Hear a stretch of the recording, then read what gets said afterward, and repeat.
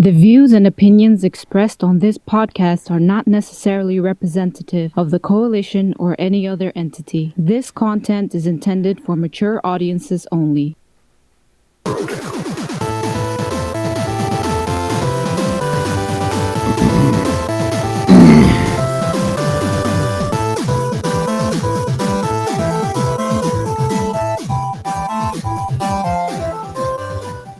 What is going on, people? Welcome to Throwdown Your Questions, episode 152. I'm your host, Tony Polanco, and tonight I'm joined by Emilio Lopez. My mind, you're driving me insane. Chris Seeley. Hey, what's up, everyone? Carlos Romero. Yo. Brian Manjoma. Hey, people. Brett Murdoch. What's up? There he is. There's Brian. All right. Brett once again. What's up, everybody? And Adam Vale. Hey, what's up? All right. Tonight's lesson is don't cheat in video games while you're streaming. We're not gonna get into that shit. Oh my god. All right. So a couple of things here. First of all, we did it. 1,300 subs, people on YouTube's Throwdown. Nice. You know, I usually count these when it's been like that for like 24 hours because we hit 1301 a couple of days ago, but then it dropped down to 1297 like a couple hours later. I'm like, whatever. But this one been like that for 24 hours, so I'm gonna assume it's gonna stick. So yay, Throwdown, and thank all you guys for making the magic happen, making the dream come true, as they say. You know. Unless somebody, I'm going to stop. I'll stop right. I was about to make a dumb joke. Like, did somebody hack into our shit and make it seem like we got more subs? Yeah. Insane. All right, man. So, as always, if you're watching us after we've recorded, ask those questions in the comment section on the Coalition or on YouTube. We'll answer them on next week's show. And you guys joining us tonight, we'll take a couple questions, man. So, let's get to it.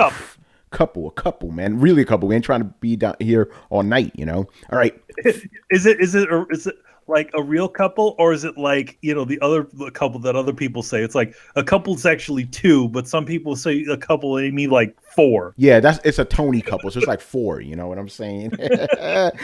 Between 2 and 4, basically. 5, that's a few, you know?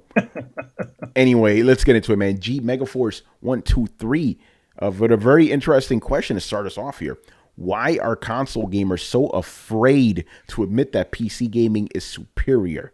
With PC, you can do almost everything. Yeah, you like cheat in a game, such as create mods, wink, wink, increase graphics and FPS, make custom levels / hacks from older games. You can also buy games from more than just on Steam. PC stands for personal computer. As a matter of fact, there shouldn't be such a thing as quote-unquote PC fanboys. Why are console gamers so afraid of PC gaming as a whole? All right, guys, jump in, man. You know, it's such a weird situation. I mean, it's kind of hard for me to explain it because, I mean, the thing is, like, I've never had, like, at least in my personal experience, I've never really had any hate for PC gaming. I mean, I've never did it. I didn't do it very much, but I never had, like, it was a person who put mostly console games. I was like, all right, they have it too. That's cool. I've never really felt like that sort of separation. I don't understand why even console gamers even give a shit. Because it's like, okay, yo, guys, you are pretty much getting 90% of all the stuff that comes out there with this small percent that's ending up on PC. Console gamers don't give a shit. It's the PC gamers who give a shit. Console gamers don't, like. That's why they're like, I really don't care about my frame rate, or I really don't care about this. I enjoy playing. No, that's not. I mean, Brett. No, Brett. Most of the people that have the loudest screaming about frame rates and things are better than PC are usually the console guys talking, which they don't have a lot. You know, I don't understand where that sort of mentality comes from. It's like, okay, yes, your console is not going to ever be as powerful as a PC. Why should you care at this point in time? Because as soon as the console comes out, it's almost obsolete. Same thing, Yeah, but I think that's lacking context. I think the idea that even when you have a super Microsoft fanboy say that, like, oh, this is going to be as good, only the ones who've gone truly off the deep end say like, oh, this is going to be more powerful than a PC. But the ones that say like, oh, this is going to be as powerful as a gaming PC, they're still holding a gaming PC in the highest regard. It is the high watermark that consoles try to aim for. So for a console to emulate or be on the level of a gaming PC would be pretty much the best that they could realistically hope for. I know that there's a subsection of people who think that the Xbox one day will be better than a PC. It's humanly impossible. It's not going to happen.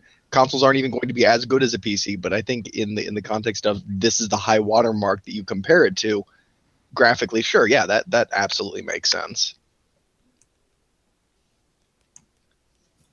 I mean, it all depends on what you think superior is. Like, if you just think, yeah, technically, it's always going to be superior. They're always going to be 10 steps ahead of the console competition. Why people don't admit that PC gaming is superior in a tech sense is because, just like any other person that's really invested in their piece of plastic, they just want it to feel like it's the best purchase they've ever made. So they can't admit that some things could be better in different aspects than their own stuff. He's not talking about a tech. Like, he's talking about the ability to create mods, make custom levels, hacks. He's talking about in all the ways in which you can approach a game. So when he's saying superior, he is saying overall it is the superior platform. And I got to say, you're coming out with fighting words, man. You're coming out right out the gate with fighting words. And it's funny that you come out of this right after we get done talking about Cuphead already being, quote unquote modded / cheated, even though it's, a fairly new release. So in answer to your question, why people don't, at least from my opinion, admit why it's not a superior system is because it's not a superior system. It has advantages and disadvantages like every other platform, and people choose their platform based on what advantages and disadvantages they want. Some people don't mind being constrained graphically for the exchange of ease of use and secured online play. Some people don't want to have to deal with the headaches of installing and getting a game to run properly, even though that's simple for very simple for some people. Other people just don't want to fuck with it. Me personally, it's one of those, I like my games to be cheat free, so I have to go console. There's plenty of reasons to go for it.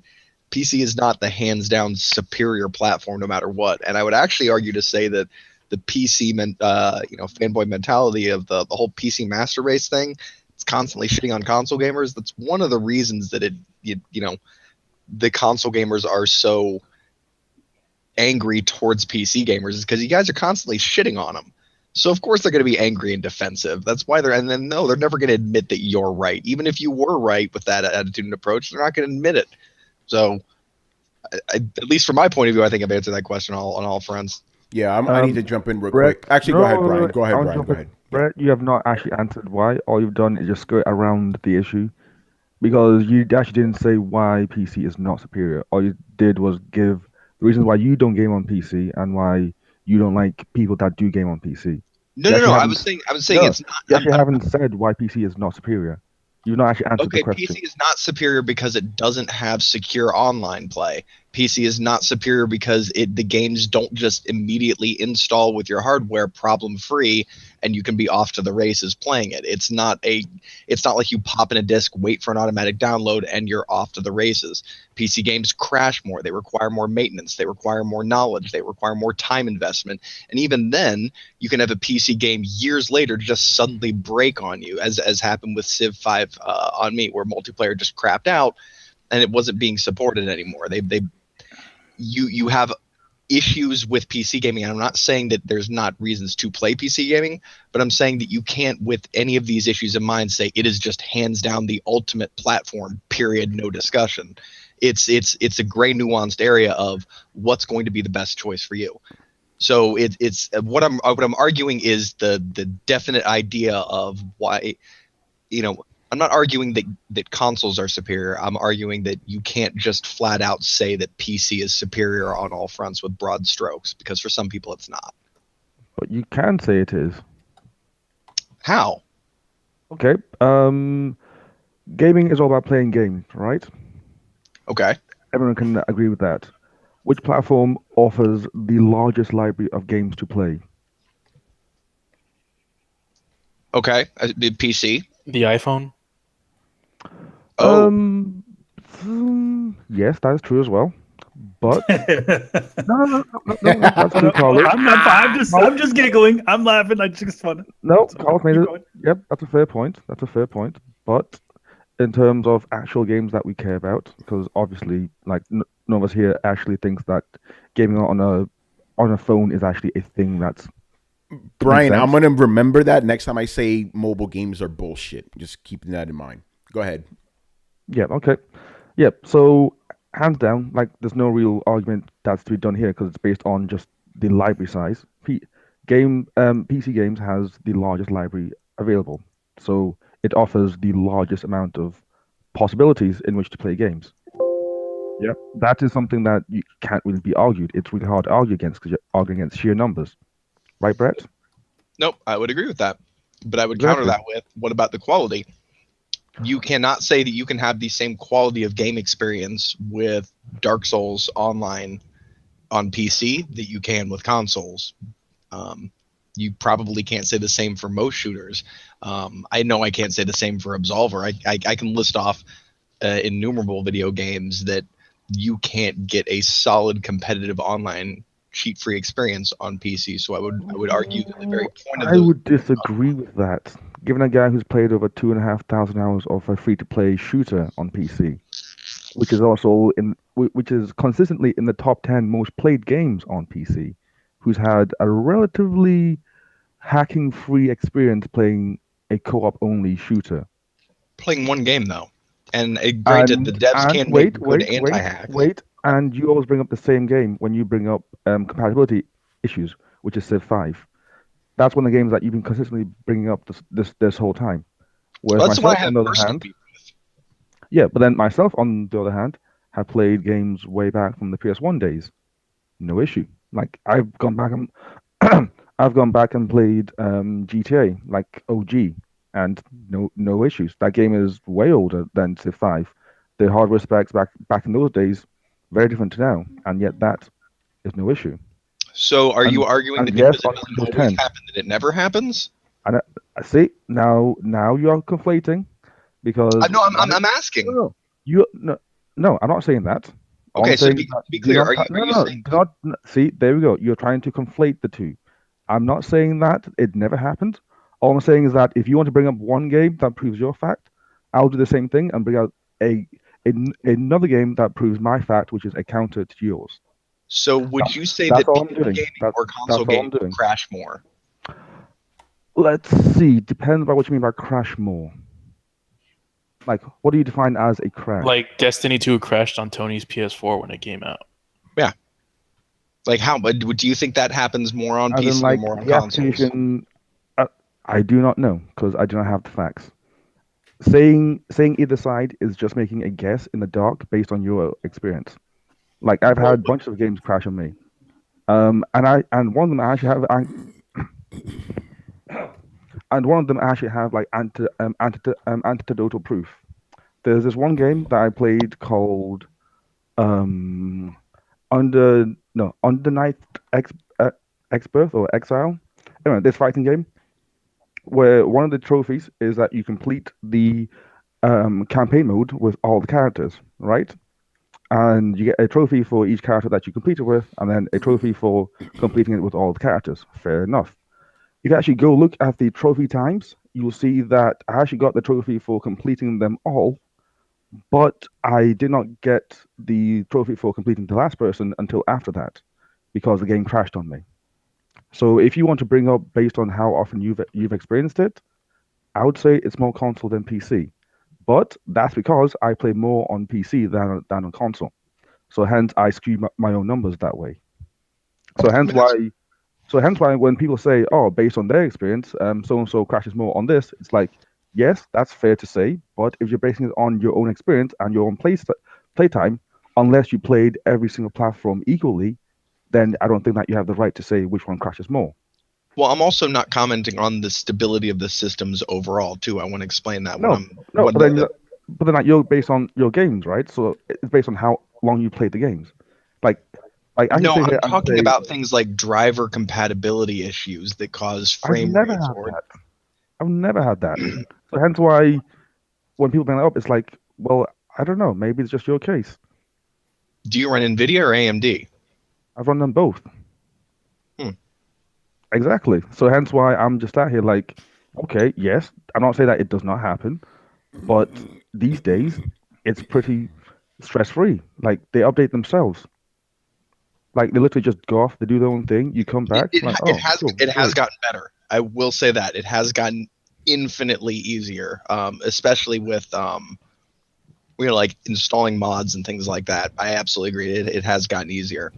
Look, I'm not trying to argue the superiority of one or the other. I'm trying to. I am because I'm trying to answer the question. Okay, well then let's just talk. Then let me just pin it down to secure multiplayer. Like let's just look at that. Like Okay, Actually, guys, we're going down let's the look at we're going Modern down the Warfare rabbit 2. hole No, here, and wait. we've been at this for like 16 minutes. I want to get the other guys in here. Chris, get in here, man.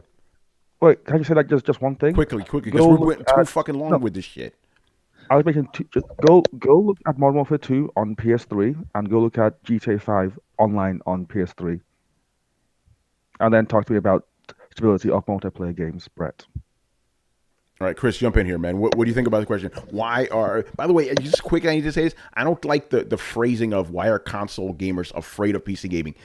Not to offend G Megaport, obviously, is the dumb that's a dumb way of phrasing it. You know, it's like Well, no one's it's a afraid very of that shit. it's obviously a very slanted. Yeah, sort of very question. slanted. No console gamers afraid of, like they're afraid of the PC is going to come in and like bash them in the head while they're sleeping. Kind of silly. Anyway, Chris, jump in here, man. What do you think? Yeah, I mean, I think that, well, console game is not like it was when we were growing up. Now everybody's very polarized. Well, a lot of people are polarized, like, with their plastic box of choice. So, I mean, it may be more of a symptom of that than anything else, where it's like I play on Xbox or I play on PS4 and it is the best thing ever and nothing else compares, right? But then when you go, well, a PC is like can be way more powerful than that and do all these things, that cognitive dissonance kicks in. That's where I'm coming from with that maybe it's like an ego thing. Yeah, I mean, Carlos kind of said it earlier. It's basically like, and this applies to everybody. You have a system, platform, whatever. You're going to feel like some loyalty towards it. If anybody shits on it, you're going to get defensive about it. And like Brett said, and I completely 100% agree with him, most of the guys who usually throw bombs, have traditionally been PC guys. You guys are fucking shit. You're playing on those pussy ass consoles. Our shit is better. But now lately the console gamers are becoming that too, because with the Xbox One, it's our shit is better than PC. It's getting really, really stupid, but I don't think anybody's afraid of any other system. You know what I'm saying? It's dumb, but because just quickly, and this is just my personal story, right? That whole PC gaming is better than console thing. I didn't experience it until I started really messing, with the gaming journalism stuff. Like, but then again, I never really knew any PC gamers. Maybe that's why. But that's where I first started hearing this shit. Like, oh, PC superior to consoles. Why are you playing on that shit? You're a fucking pussy. I'm like, dude, I'm just gaming. So naturally, you being called names and shit as a console gamer sort of make you want to retaliate. You know what I'm saying? So that's where a lot of this bullshit comes from. And then what Chris said, everybody's dividing themselves into little tribes now in society as a whole. So that's why this shit's getting even crazier now. You know what I'm saying? So it's not really that they're afraid of PC gamers. They hate PC gaming and PC gamers because they feel their platform is superior, even if it isn't or isn't. We're not talking about, I know Brian and Brad were talking about which one is actually superior. To me, I'm not really interested in that. Who cares? My whole thing with this is like, people should just let each other live. You know what I'm saying? Listen, if you're gaming on PC, cool. You don't need to tell the console guys that they're playing on shit. And if you're playing on consoles, you shouldn't be like, oh, we got better exclusives. Just play on your shit. Don't worry about the other guys. That's my take on it. Why can't you do both? Is my question. Like, what's wrong with the idea of having a side bitch? Yeah. Oh no. Like, I mean, if you have the money for it, get it all, so you don't have to worry about only picking one. You know what I'm saying? Like, but obviously that's not a reality for most people. You could only really stick to one, maybe two platforms. Whatever that case may be. But that's my thing. It's like, if you're a PlayStation guy, why are you worried about what's going on in Xbox? Why are you worried about what's going on PC? Game on your shit. Anyway, yeah, go ahead. Last thing, and then we got to move on because we've been on this too fucking long. We got a lot of questions tonight. I'll say two things. One, the whole it's pretty even. Like at least in my experience with PC gamers talking shit about consoles. Mostly it's because of power. They always talk about power and modding and stuff like that. And console gamers always talk about games and stuff because they're pretty ignorant about the games that are on PC. Yeah, and so exclusives. Remember, that's their ammo. Like console guys, their ammo is exclusives. PC guys, their ammo is hardware and sales and shit like that. You know. And my second point is I've met a lot of people that have started gaming on PC, and a lot of them really enjoyed them. All of them like really enjoyed it. So it's like if you reach out the hand, you'll like what you see on the other side. Yeah, That doesn't mean they give up their consoles though. No, like Tony's one of them.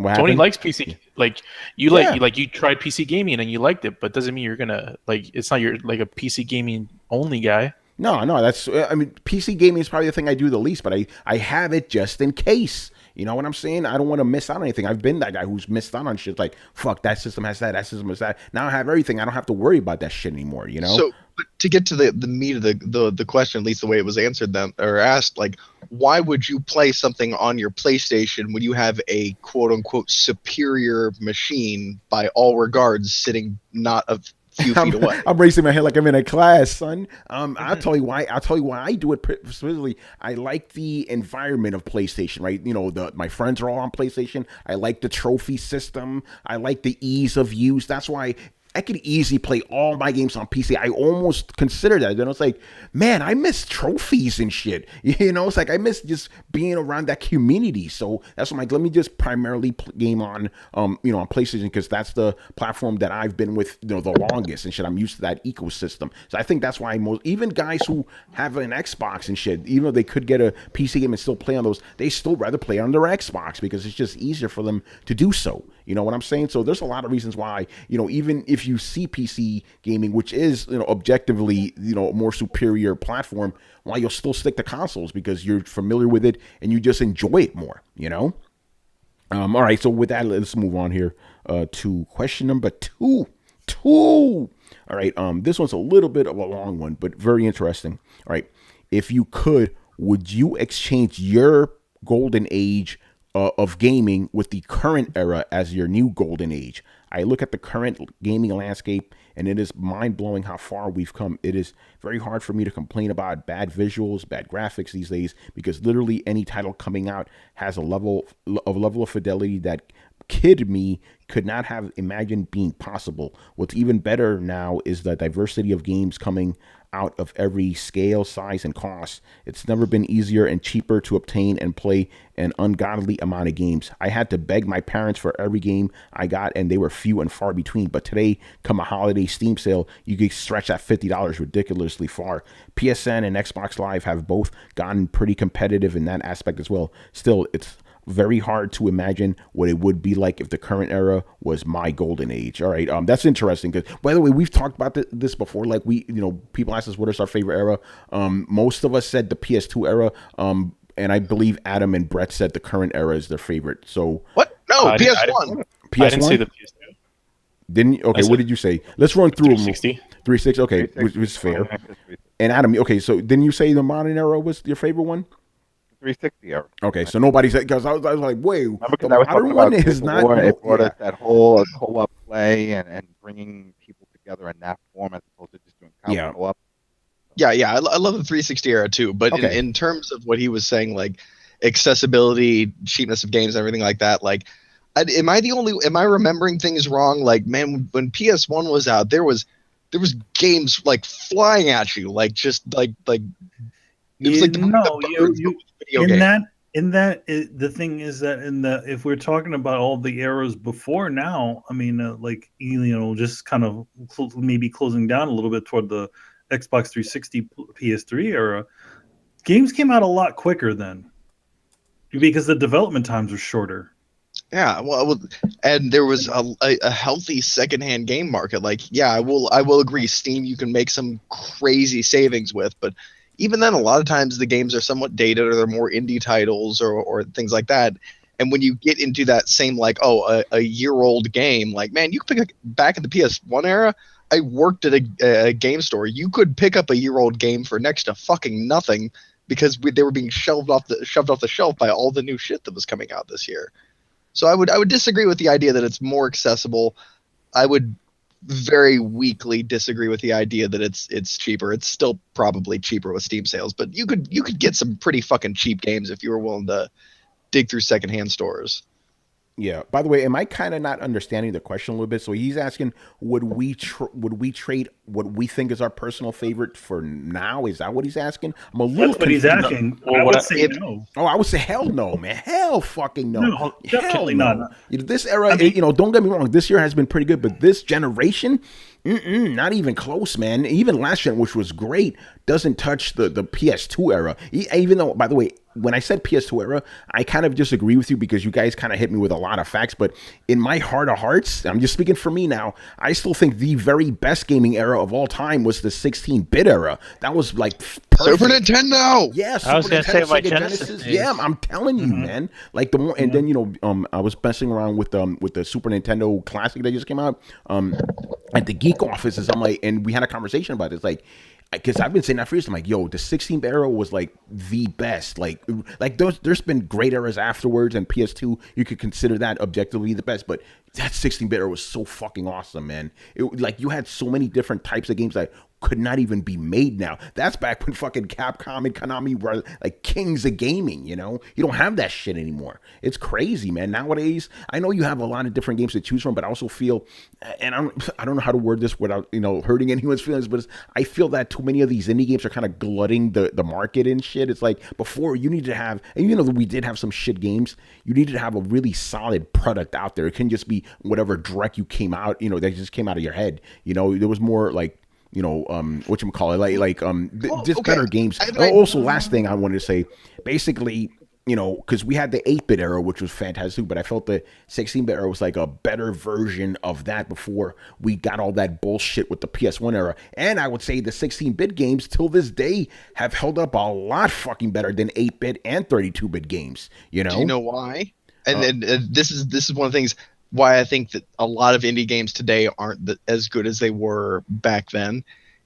There's something about the way that old 16-bit games were done that kind of evoked imagination. Like you kind of had to use your imagination a little bit, but it gave you enough information that you could process it. Now people seem to be focusing on downgrading something to look 16-bit and not focusing on how that engages your brain. So like things look the same, but they don't have like the same ambiance that they used to a lot of times. And if they do, they're doing a really good job. But I don't think people are as skilled with 16-bit as they used to be. Just because they can make it look the same way doesn't mean that I think that there's the same amount of talent or love that. Yeah, you can't create the Super Nintendo era. I don't care how hard you try or how many 16-bit games you make. Some of those games are just not going to be as good. No, I agree. I don't think that at least a lot of the indie guys are trying to recreate the 16-bit era. But the thing is that within the time frame that they have, within the with the team that they have, you can make a sprite based video game that does a lot with not a lot of time and staff behind it. And I think the form that these things have taken is because of what the function needs to be. Well, it's also a low-hanging fruit for an easy shootout game. Like people can do it really well, but there's also this whole group of people like, I'm kind of shit at programming and I don't want to actually hire an artist. Fuck it, we'll make everything 16-bit and just not really render much stuff. And well, you need an artist to do the 16-bit stuff, dude. I see people skimp out on the 16-bit shit, and you're like, you don't know. You hired your cousin's friend or something like that. Like some are beautiful, some are not. That's my point. I think that that's the same with any sort of game development. Some are good and some are not. It's just essentially weeding out the wheat from the chaff, right? Yeah, as he said, most games these days look beautiful. They take longer time to develop, but you don't see, even if you don't like the art style, like you're like everything looks too realistic. Like like even Absolver, cell shaded games, super realistic games. Destiny looks beautiful. Setsuna or whatever the fuck it was, Hellblade, Senua's Sacrifice. That game looked beautiful. Like, it doesn't matter. You're getting very small development teams putting out these very beautiful games. You're getting these big development teams putting out these very beautiful games, and then you do have some indie people putting out very beautiful low res games, and then you have the indie people who are just kind of phoning it in and throwing out low res shit games. So I would say that you generally these days get better looking games. Like, if you just randomly closed your eyes and picked a game, there's a much better chance that you wouldn't put it down being like, this game looks fucking awful. Yeah, that's very rare for that to happen now. Let's just be honest. It's been like that for a while now. Even with last gen, like the end of last gen, it was like every game looks really good. You could, like you said, just throw a dart anywhere. It's like you're probably going to find a pretty good looking game, Yeah, especially with, the thing is, when you have all these engines, these free engines out there that essentially do a lot of the work, for the game, a lot of the underside of it. So, I mean, most Unreal games are going to look pretty damn good, Yeah. A lot of it, nobody really needs to, not many people even need to develop their own engines these days anymore. Yeah, exactly. There's a lot of like third party shit. Anyway, does anybody else want to jump in on this? Would you exchange your personal golden era gaming for nowadays? No. Nope. We have some good games then, but we have nothing that's super memorable, changing, industry changing. Some great, of course, with the graphics, but nothing that, I don't know. Well, you know what? It's different for us because we've experienced the previous generations. I'm sure there's a lot of people that have just jumped in, and they'll probably say there are some games that are landmarks for them, like Horizon and maybe the Uncharted, Gears of War, or even Cuphead. And then later on they'll come back and say, my best generation was with the Xbox One and the PS. So I mean, we're in a special boat because we've played them all.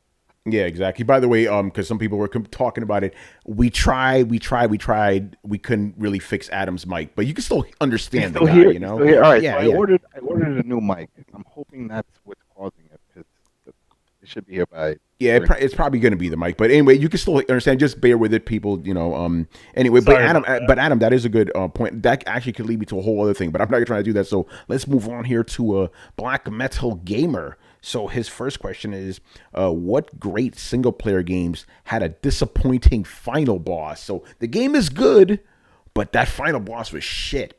Uncharted 2. Ooh, that's a good one. Come on, Yeah. Lazarevic? Yeah, that was a just dumb running boss. around blowing up fucking trees. That is the stupidest.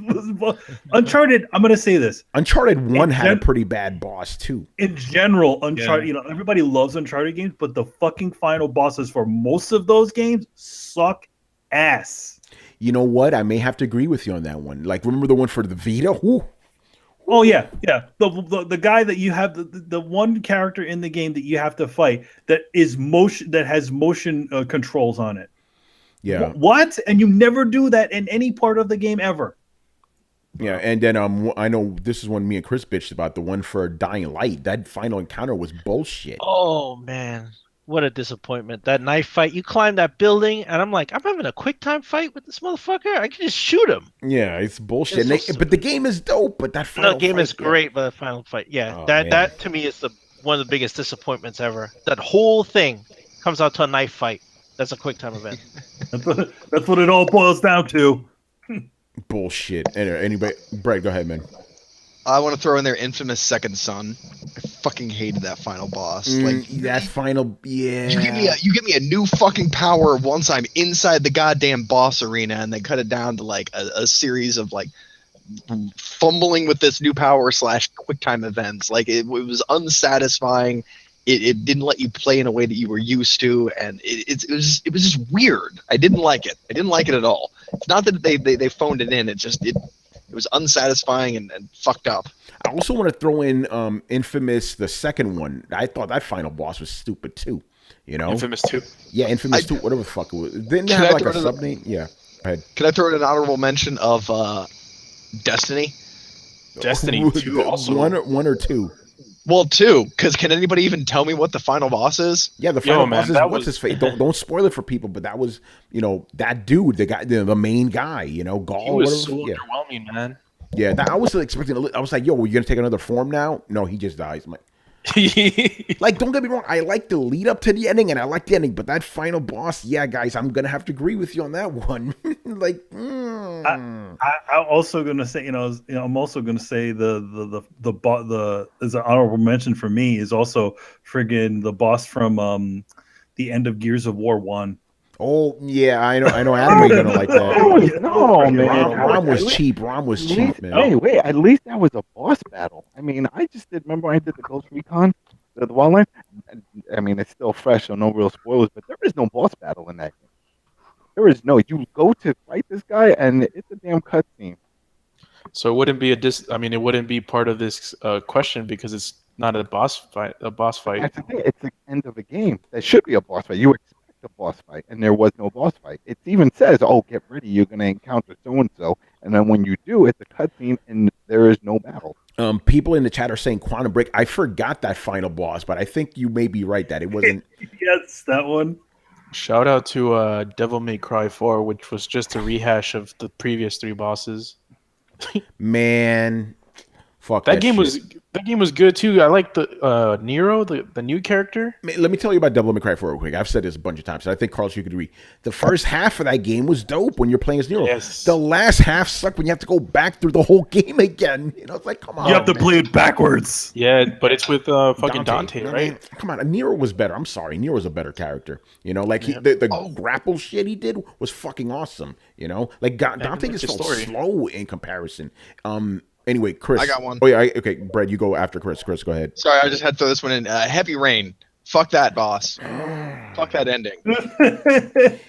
and LA Noire too. Just gotta throw that in there. Yeah.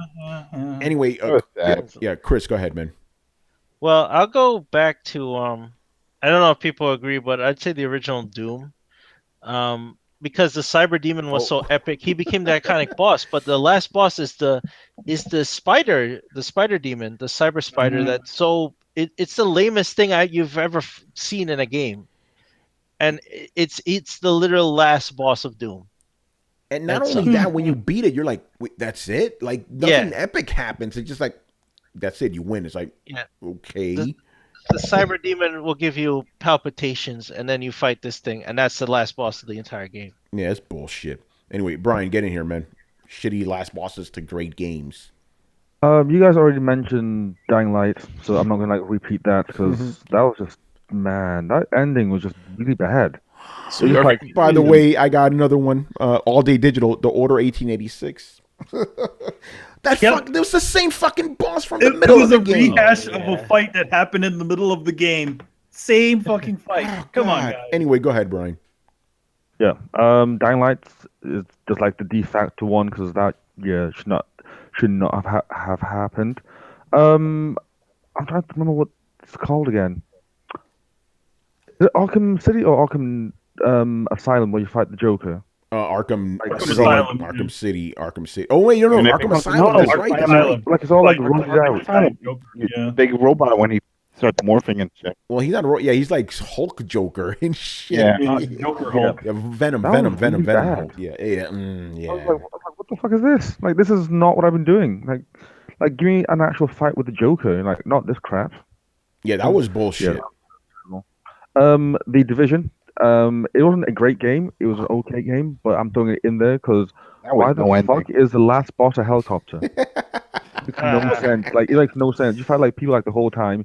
You never fight any vehicles during like the whole thing, and then hey, last mission is a helicopter, and that's it. I'm like, but remember at the end it was almost like a to be continued because then it sends you to another apartment, and then you go to that apartment, and then it's just you're watching a video. oh, that's even worse. I didn't remember that part. Oh, you didn't do that? I did. I just don't remember it. I'm like, Yeah, what the fuck? Oh yeah.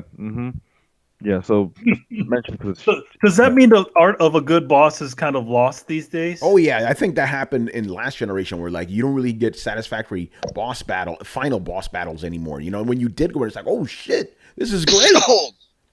What happened? Excuse me. Okay. Oh, I just said souls.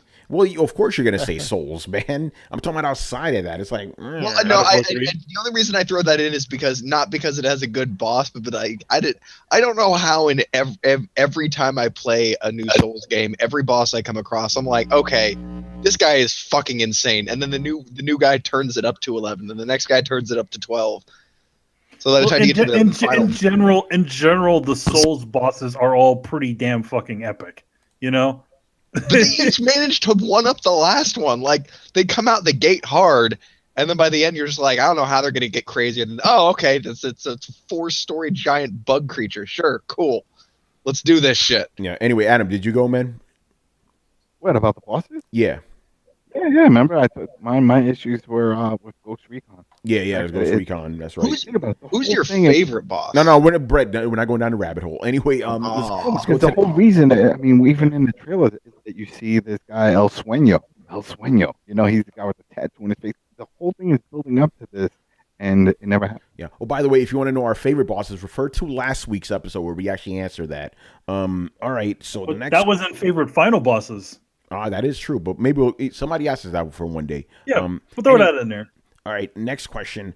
What popular TV shows or movies would you like to see Telltale do? And he goes, I choose Spaceballs, The Room, Pink Floyd, The Wall, and Monty Python and the Holy Grail. Interesting. How the fuck would the wall work?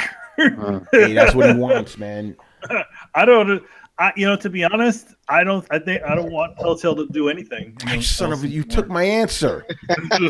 Mine too. Hey, listen, I like Telltale games. Stop with that bullshit, though. Let them choose. I have no desire to see, like, TVs or movies or whatever made into video games. We've been down that road, So if you want to do it, fine. I don't need it, I officially, I kind of have, like, the Guardians of the Galaxy game just came out. Even the Batman. I heard that was kind of I have absolutely no interest in any of those games. Well, I feel like the game, when they started taking on popular characters and then the controls started getting even more simpler, I feel like they've lost a lot of what made their games kind of special. Yeah. They're just rehashes of whatever The Walking Dead was or whatever Wolf Among Us was, as opposed to kind of improving the whole situation. Yeah. So, yeah. I have no desire. What about anybody else? Do you want to see Telltale games handle any TV shows or movies? You know what? Dune. Just do fucking Dune. Dude. Do Dune. Do something that people don't recognize. I don't know. I will go one step further and say I wish Telltale would just not make games. And I know that. Yeah. Wow. Hey, you know what? I don't agree with the whole episodic bullshit, and I don't want it to become a standard in the industry the way that it is. You give me a fucking finished video game when you're finished. Don't do this. I'm gonna give you the first season now kind of shit. I that is definitely, and even to a certain extent, Destiny goes down that road, and it further enables the idea that you can release an unfinished game, and that leads to all kinds of problems. Like, what if season 1 doesn't really, make enough money? Are you going to ditch season 2? And look, we don't need these problems that we have with TV in video games. We're just now getting to the point where we're releasing whole seasons of stuff on fucking Netflix. Like, I feel like the idea of episodic games is regressive as a whole. And so I don't mean that as a hate to people who like Telltale games. I don't like the practice, and I wish it would stop. I think when it worked for Telltale games well is when they weren't like such a big company. You know what I mean? I feel like when it was with Back to the Future and those other games, I feel like it worked pretty well then. But I feel like they need to flip the script a little bit and actually just release a full game and see how that works. Well, the reason they don't is because, like, how much do you pay per season? $24. Yeah, like $20, $24, yeah. $24, okay. And how many seasons would you say entails a full game? No, episodes, you mean episodes.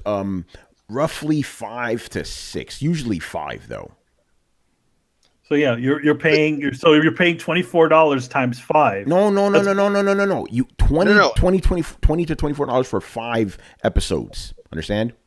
Oh, okay. A full season is $25. Just get that straight. Is that if you buy it at once or one at a time? No, basically, that's the season.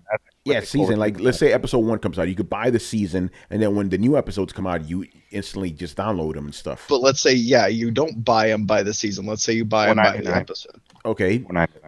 It'll cost a little bit more. Yeah, it's like $9.99, I believe. Something like that. $4.99. Okay, $4.99. Okay, there you go. $4.99. Yeah.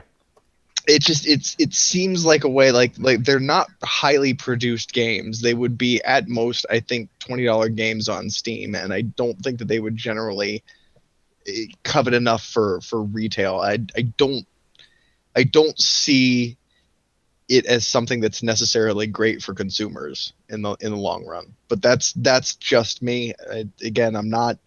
Before all the people get all angry, I'm not hating on Telltale games. I just don't appreciate the idea of episodic games, because I think it's the same idea of season passes but made standalone, and I had the same problems with it that I have with season passes. Yeah, by the way, somebody, they're coming up with some stuff in the chat. Doctor Who would actually work as a Telltale game. That would actually work. And it's funny they said Superman, because I've actually written about them. Like, Superman can't really work as a traditional video game. Probably better as a Telltale game. Just tell a story, punch some shit sometimes, all right. Anybody else want to jump in on this real quick? Take that as a no. So we'll Personally, I'd like Telltale to stop making bad games. I mean, in my eyes, they're becoming slowly and surely like the Call of Duty of video games, and that hey, it's just another game that they've made, and it's nothing that's like. Whenever Telltale's games like actually been like in demand? Because it seems like they're just making them like because they were in demand once, and then that's it. Like ever since I think like Walking Dead season 2, they've just been like, hey, it's Telltale games, so it must be good, right? And then that's what they've been backing off. To me, there were some good ones. They had Borderlands. Borderlands was awesome. That was a Cowboy Bebop game if we ever working together. By the way, and Brian, I want to see if you agree with me with this. I believe Telltale Games is the indie game equivalent of Bethesda, right? Like they release these really buggy games, but everybody gives them a pass every time, No, dude, like the illusion of BioWare. They give you the illusion of choice with no actual choice. Yeah, they're very arbitrary with that. Like, it's funny because even with BioWare games, you can still talk to people like, "Oh shit, we came up with different things." With Telltale games, you lead different paths, but it always ends up to the same thing at the end of each chapter. It's like, okay, what's the point here? Anyway, let's move on, man. This is a new name, Liam Conningwood. Hello, friend. All right, so his first question is, do you think that with the Xbox One X coming out, that Microsoft may start to see more Japanese support on their console? No, I don't think so. They've tried, and it just doesn't mesh. Like the Xbox guys over here in the West don't really care for those games. They've even called them Crapanese games, and the Japanese obviously don't give a fuck about Xbox. They sell like 20 of them a week. Yeah, 20 of them. I mean, you look at the MPDs, you see like 6. No, MPDs is not Japan though. Oh, yeah. I'm sorry. You see the full listing of how much everything is on there, and you just see that it's like 6. Yeah, it's 2. Crazy, man. I'm like, oh, that must be the military guys that are hanging out over there in Japan. It's sad. It's sad, but the fans don't really want these games. They've proven it. So no, I don't think so. Even the sad thing about the Xbox, the Xbox 360 still outsells the Xbox One currently. What do you mean, worldwide? Yeah, well, not worldwide, in Japan. Oh yeah. Japan, like we've even seen numbers like that where it's like literally the 360 numbers have totally trounced the minuscule numbers of Xbox Ones over there. They need to really do something over there to get the Japanese audience interested. But to be honest, I don't even think Microsoft even gives a shit that much for one reason. The rest of the world likes Xbox. It's only this one little tiny island that's about the size of California that seems to not want it. So, yeah. I don't think there's much more to say about that. No, it's not going to happen. All right. Next question. Minus Nintendo, Do you think that 3D platformers are dead? With the lackluster critical reception of Yooka-Laylee and Knack 1 and 2, maybe the 3D platforming era is a thing of the past that doesn't hold up well to today's standards? Or does it maybe just need a major overhaul? What would you guys do to revive the genre? Yeah, the 3D platform games. Okay, just for context, platforming games in general were actually my favorite genre for many, many years. They stopped being my favorite genre because they stopped making them.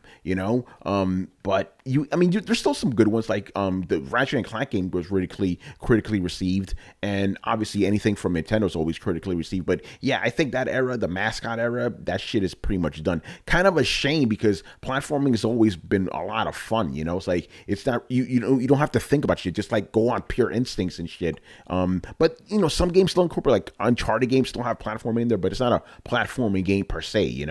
That's probably why I like action adventure games, because they're the only genre that does have platforming in them, but they're not platforming games specifically. So yeah, I think that genre is not dead, but it's not prominent like it used to be anymore. Obviously he means 3D platform, because 2D platformers, you get a shit ton of them from indie guys. Dude, I think platforming is like what happened to punk rock. It didn't die as much as just kind of like became absorbed by a bunch of other things. Like you don't see many punk rock bands, but you see punk rock influence. You don't see many gamer or platformers, but you see a lot of platform influence. I mean, fuck, even Destiny has platforming sections in it. That's right. I think you're right about that. I think it just got co-opted by every other genre, kind of.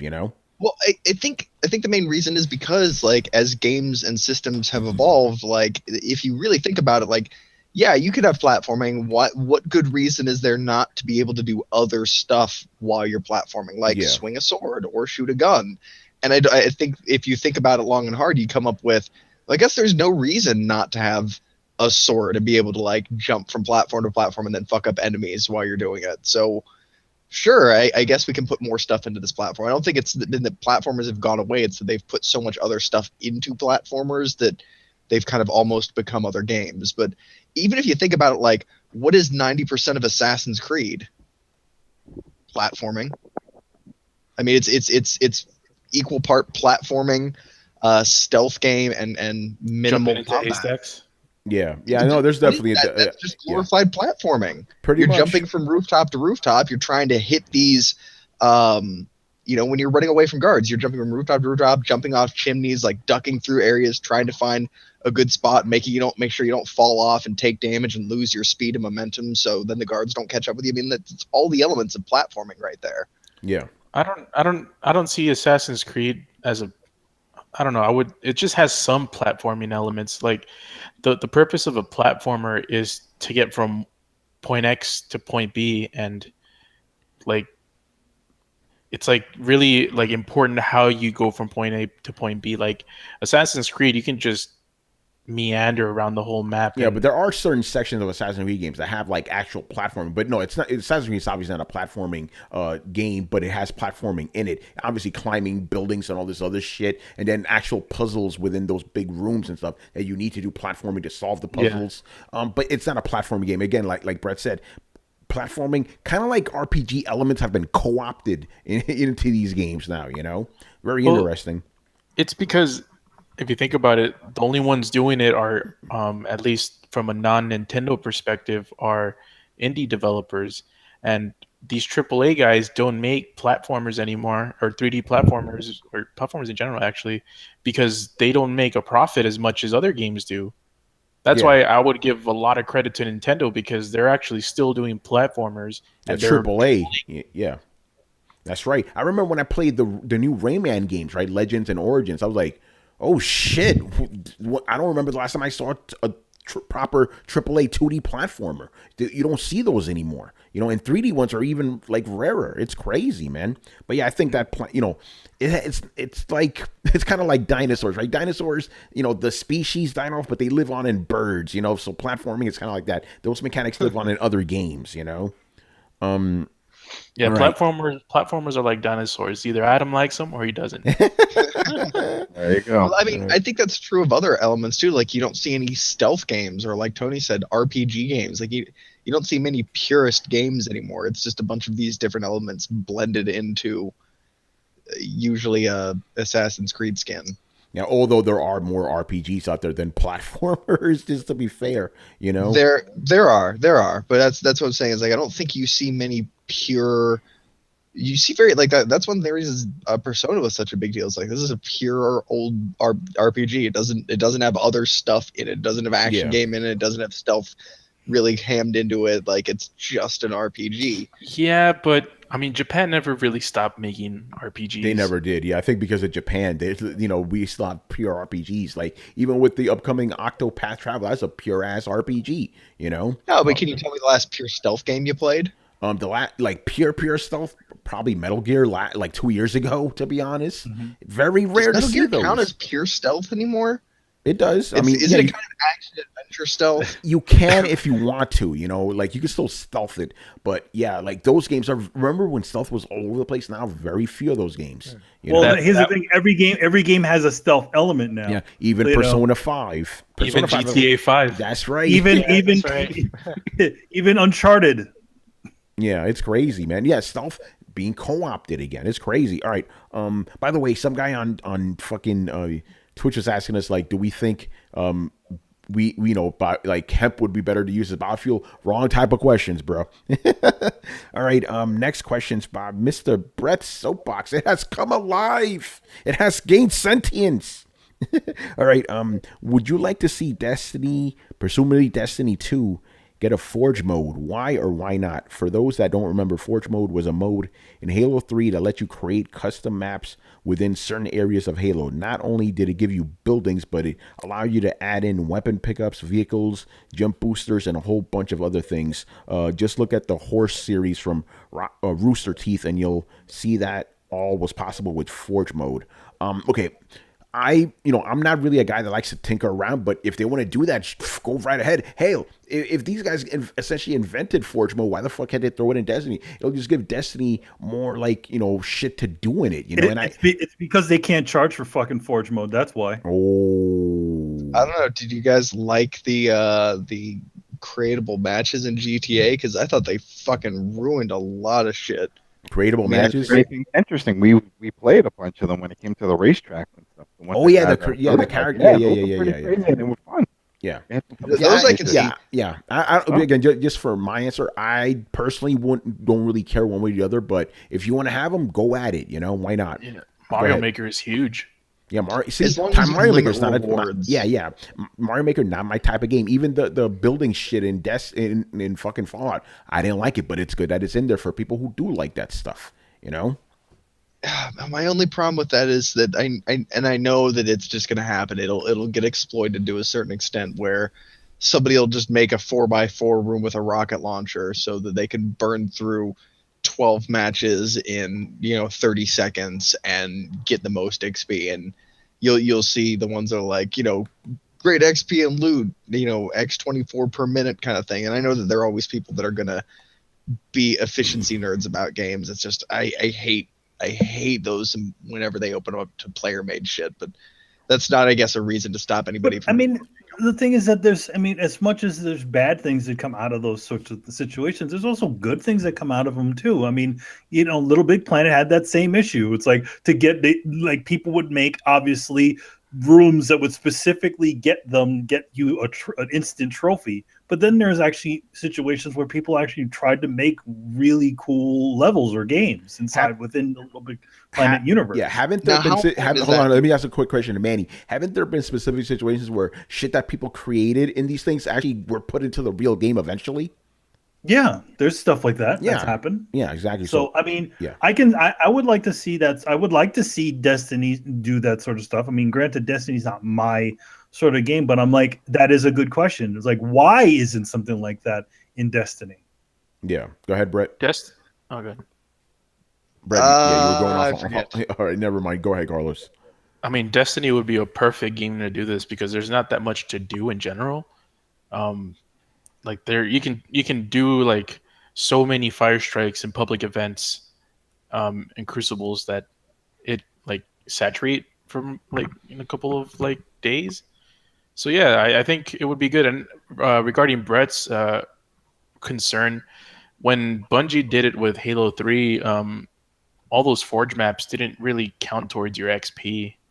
Oh, okay, cool. As long as they address that, I'm all for it. What they did do was they got like the good ones, the ones that were super popular in the community, and they made those as part of like the playlist in quick matches and stuff like that. GTA Online did that too. They have them as like Rockstar certified. Are those ones selected by the community or by Rockstar? Because I think By there's Rockstar. yeah, okay. I like I like what Rockstar did with that. It's the ones where you're just like, these are the most popular community ones. You always get one of the one of those little grindy ones come up. But yeah, as you know, as long as you don't let it count towards a lot of rewards other than its own maybe special reward or some incentive, and you sponsor or certify certain things. Like, yeah, man, I'm all about it as long as you have balances in it. But man, I don't want it to turn into some of what happened with GTA. There's good in there, but man, and when you do like the random matching, like I dropped into too many weird random like trick levels or things like that. So just don't just throw it unorganized out there, and I'm all happy.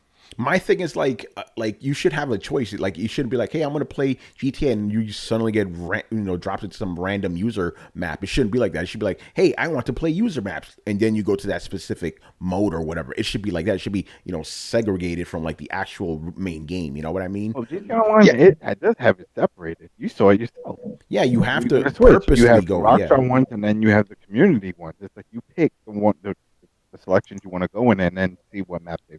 Yeah. So it shouldn't be a problem, Yeah. As long as you have the option to like go and be like, community made, sponsored community made, non-sponsored community made. Sure, Yeah. cool, boom. Yeah, because you Put me in a playlist of sponsored community made ones. I'm happy. Yeah, because you definitely want to see the sponsor ones because Rockstar has given them their seal of approval. It's like, hey, let's see. Because remember, you could have potentially a bunch of like new game programmers born out of these things. So I think it's cool in that regard. You know what I'm saying? Anybody else want to jump in on this real quick? I just would correct you and say not necessarily game programmers, just game designers. Yeah, developers. You know what I mean? Yeah. Go ahead, Brian. Yeah, they won't because I think, as Mike said, you just can't charge for it, so they won't. That's pretty much it. I mean, look, That's the real reason why they're not doing it. Let's just be honest now. when a game company like promotes the season pass like in the actual sleeve of the game, then you know that they're full of shit. Seriously, like they did it for both Destiny 1 and Destiny 2, and it's like, really? Like, go fuck yourself, guys. Yeah, Chris, what do you think, man? Because I know you were a big Halo 3 guy. What do you think about Forge mode in Destinies? I always like to say user created content is always a good thing, right? Just the way Bungie did it in Halo was really good. Just don't do it the Bethesda way, where it's like, hey, you made mods, we're gonna charge people for them. Just don't do that shit, that Creators Club bullshit, and you'll be fine. But knowing Activision, they're fucking greedy, so they may just do that. Yeah, I can't disagree with that. By the way, another game mode. another game where it works perfectly is in StarCraft. StarCraft has their own playlist. Sense, yeah. There you go. All right. Next question. AAA games have now been riddled with bad business practices and are being more and more cookie cutter. So why do people get excited for AAA games when they have these caveats attached to them? Very interesting. You mean like what they're doing with Shadow of Mordor and putting 1,000 microtransactions in that game? Yeah. God damn it. But I think the way they see it is that it's an option, and if you don't want it, then don't use it. If it's there, whatever, it can't hurt. I think that's the way they see it. It can't hurt because it's not competitive. You know what I mean? It's not like we're going online and, damn, you spent $400 and got that super gun. It's a single-player experience. So, yeah, there's a bunch of microtransactions, and it's silly and it's stupid, but I'm sure somebody will use it, and they'll beat the game, and it's on their own. It's not affecting any leaderboard. So.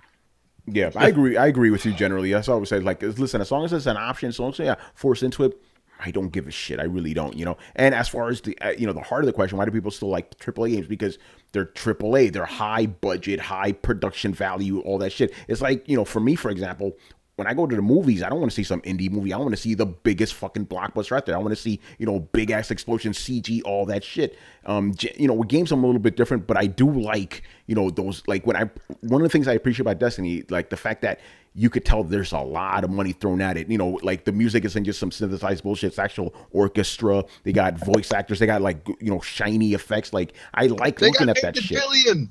You know, it's like I like the fact that Oog said this is like you appreciate when something has a lot of money thrown at it because you know nothing was really held back. You know, but again, you know, but when we're talking about AAA games, we're also talking about stuff that is more popular. That's why people gravitate towards it, like the Maddens and Call of Duties and all of that shit. People know that shit, so they gravitate towards it. You know what I'm saying? It's like Shovel Knight. Some people know about Shovel Knight, but they all know about fucking Destiny and Call of Duty. You know, so you're never gonna have like a mass exodus of AAA games. It's always gonna be like that. People want the very best. You know, as far as like presentation wise. Go ahead, Carlos.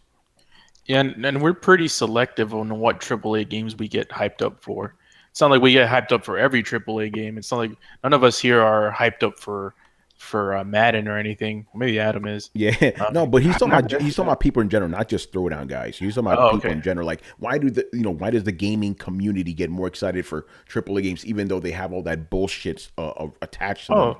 Yeah, it's because the games that get the most money put into them are the ones that are structured in a way that they know are gonna permeate through the mainstream. Like they know people are gonna want these games, like Call of Duty. Like Call of Duty is one of Activision's most expensive games that they release because they know that people want Call of Duty.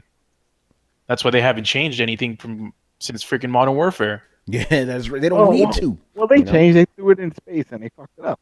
You know, that sucks. I don't care what they say. I did not like that. You know, and I like all the Call of Duty. I jump on all of them.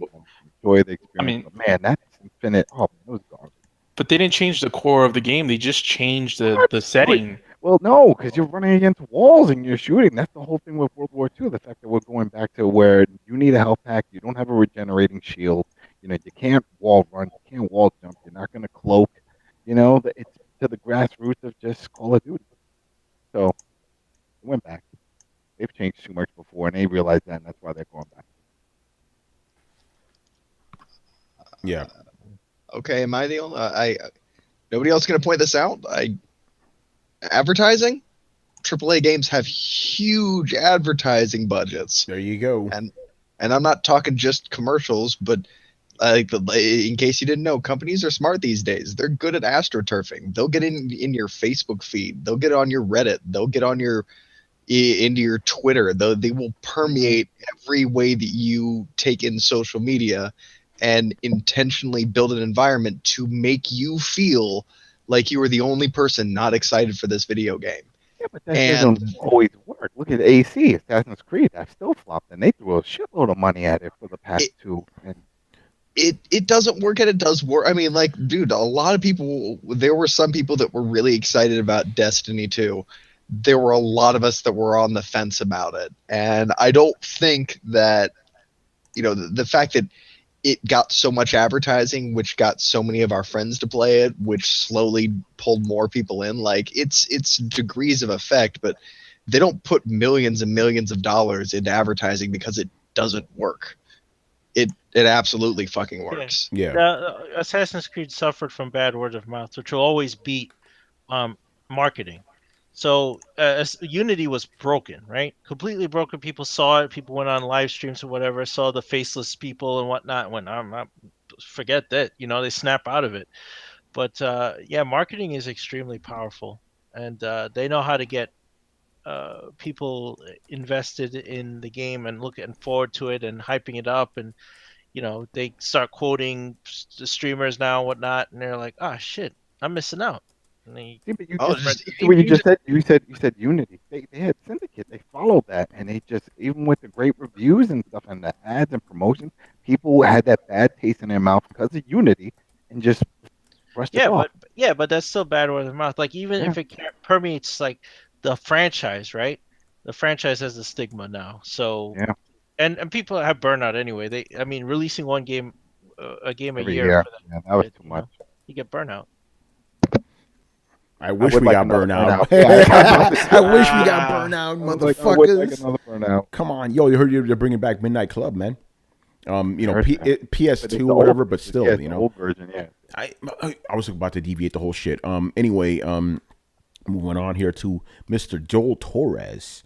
So his first question is, why do you guys think that the Nintendo Switch has? Ooh, this is a timely question, ain't it? Why do you think the Nintendo Switch has created such a toxic fan base in such a short amount of time? I have my answer, but I'll let you guys go first. Well, did I miss something?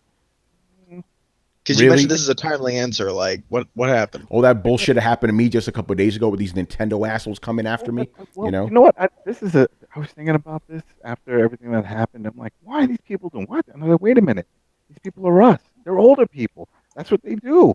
The younger generation don't go this far. The older generation are bitter because this is something they've supported their whole life.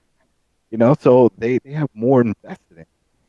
That's think not that's a what- bad theory, by the way, because one of my friends was telling me about that. He's younger and stuff. As a matter of fact, Anchorman, he asked that. He's like, doesn't it seem like it's older gamers that are the more, bitter ones? It is.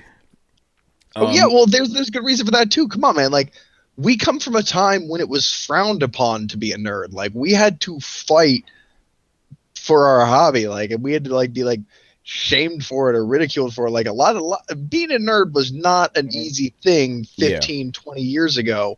So yeah, if some of us carry a chip on our shoulder, it's because we're used to having to rabidly defend the things that we love, and sometimes we do so a little bit too much. But it's not that we're bitter; it's that we've been fighting this fight, and so it's just kind of a knee-jerk trigger response, man. Yeah, but I think with the whole Switch, is like, think about it. Nintendo guys have been getting shitted on for 2 generations now, right? Now they finally have a system they feel they could retaliate with the Switch. It's like, oh yeah, maybe the Switch ain't as powerful, but we're selling more games than you guys. We're getting more word of mouth. So I think that's what it is. Now they feel like this is their time for payback because they've been just getting fucked for 2 generations. Everybody making fun of them. You guys have the shittiest consoles. Guys don't get no third-party exclusives. Ha ha ha ha. Now it's their time to get revenge. So I think that's what's going on. That's maybe the more vindictive, or malicious approach, and I'm not discounting that. I want to underline that bit. Remember, we're talking about the toxic element. We're talking about the toxic element here. So no, I know, yeah. I know. Okay. We've talked before about the idea of defending your purchase and taking your purchase personally as a measure of self-worth. So you have all of these people who might have bought into the Switch, and you have a lot of doom and gloom coming, especially from the other consoles, the other sides of the fence. They're holding a lot of boulders. So basically, if you're a Switch owner, like, if you stand up and say, and I've been this person, if you stand up and say, like, I really love my Switch, people start hurling stones. And after you're just like, dude, I just invested like $400 into this thing. Like, don't tell me that I'm an idiot and that my idea is shit and that I've wasted $400 because my console is going to be dead in a year. Like, that makes me a little mad. Even when I'm being reasonable, I'm like, man, don't tell me this shit's going to be dead in a year. Like, I don't believe that. B, like, I don't want to hear that. And some people aren't able to set that rationality aside. So, like, there's a lot of naysayers going on right now, and it's making Nintendo fanboys super fucking defensive to the point where they're just jumping at shadows and lashing out at people. I think there's a portion of that too. That not just the people, not they're being like, see, we've got this thing, this heavy hitting thing, but they're like, look, it might not die and shrivel in my hands, and then everybody, like, goes like, that thing's gonna fucking die. And you're like, no. So I think that there are attackers and I think that there are defenders, and I think it both comes up with the same kind of behavior of being super defensive about the thing sometimes. And I think, at least from my point of view, where I would pitch in with that is, my only dog in the fight is, I'd really like to not have this big self-fulfilling prophecy that the Switch is going to die, and because everybody on the internet is talking how the Switch is probably going to die, that nobody wants to invest in the Switch and the Switch ends up dying. Like, that's my fear. So I'm always happy to talk about it or criticize it or go back and forth on it forever, but like I don't really like entertaining the idea that we can call something like this based upon the last generation that Nintendo released. But that's just my opinion. So I think people are just being defensive of their purchases in an environment where people are being highly critical of them. All right. Yeah, go ahead. Can I answer the question? Yeah, yes, you can. Go ahead. The Nintendo's always had a subsection of with a toxic community. Every console does.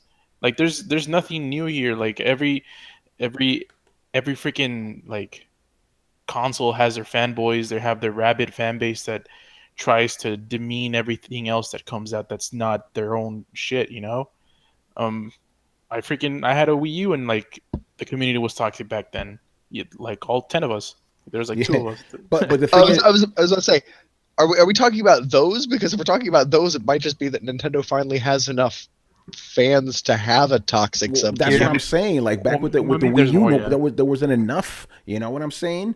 There wasn't enough people to defend it, and you couldn't really defend the Wii U. That's a tough system to defend. The Switch is at least defensible. You know what I'm saying? All this reminds me of just the sporting world and teams and Yeah. how the fans get crazy. This is the main reason I follow soccer. I used to be on the forums and I'm praising the players that I like and the teams, and it got so toxic and nasty like this that I just stopped and went cold turkey. Now I'll read an article, and if I disagree and I'm like, "Oh, you're talking shit," and they like leave a comment below, I'm like, "Nope," and I just move on because I know it's just gonna blow up.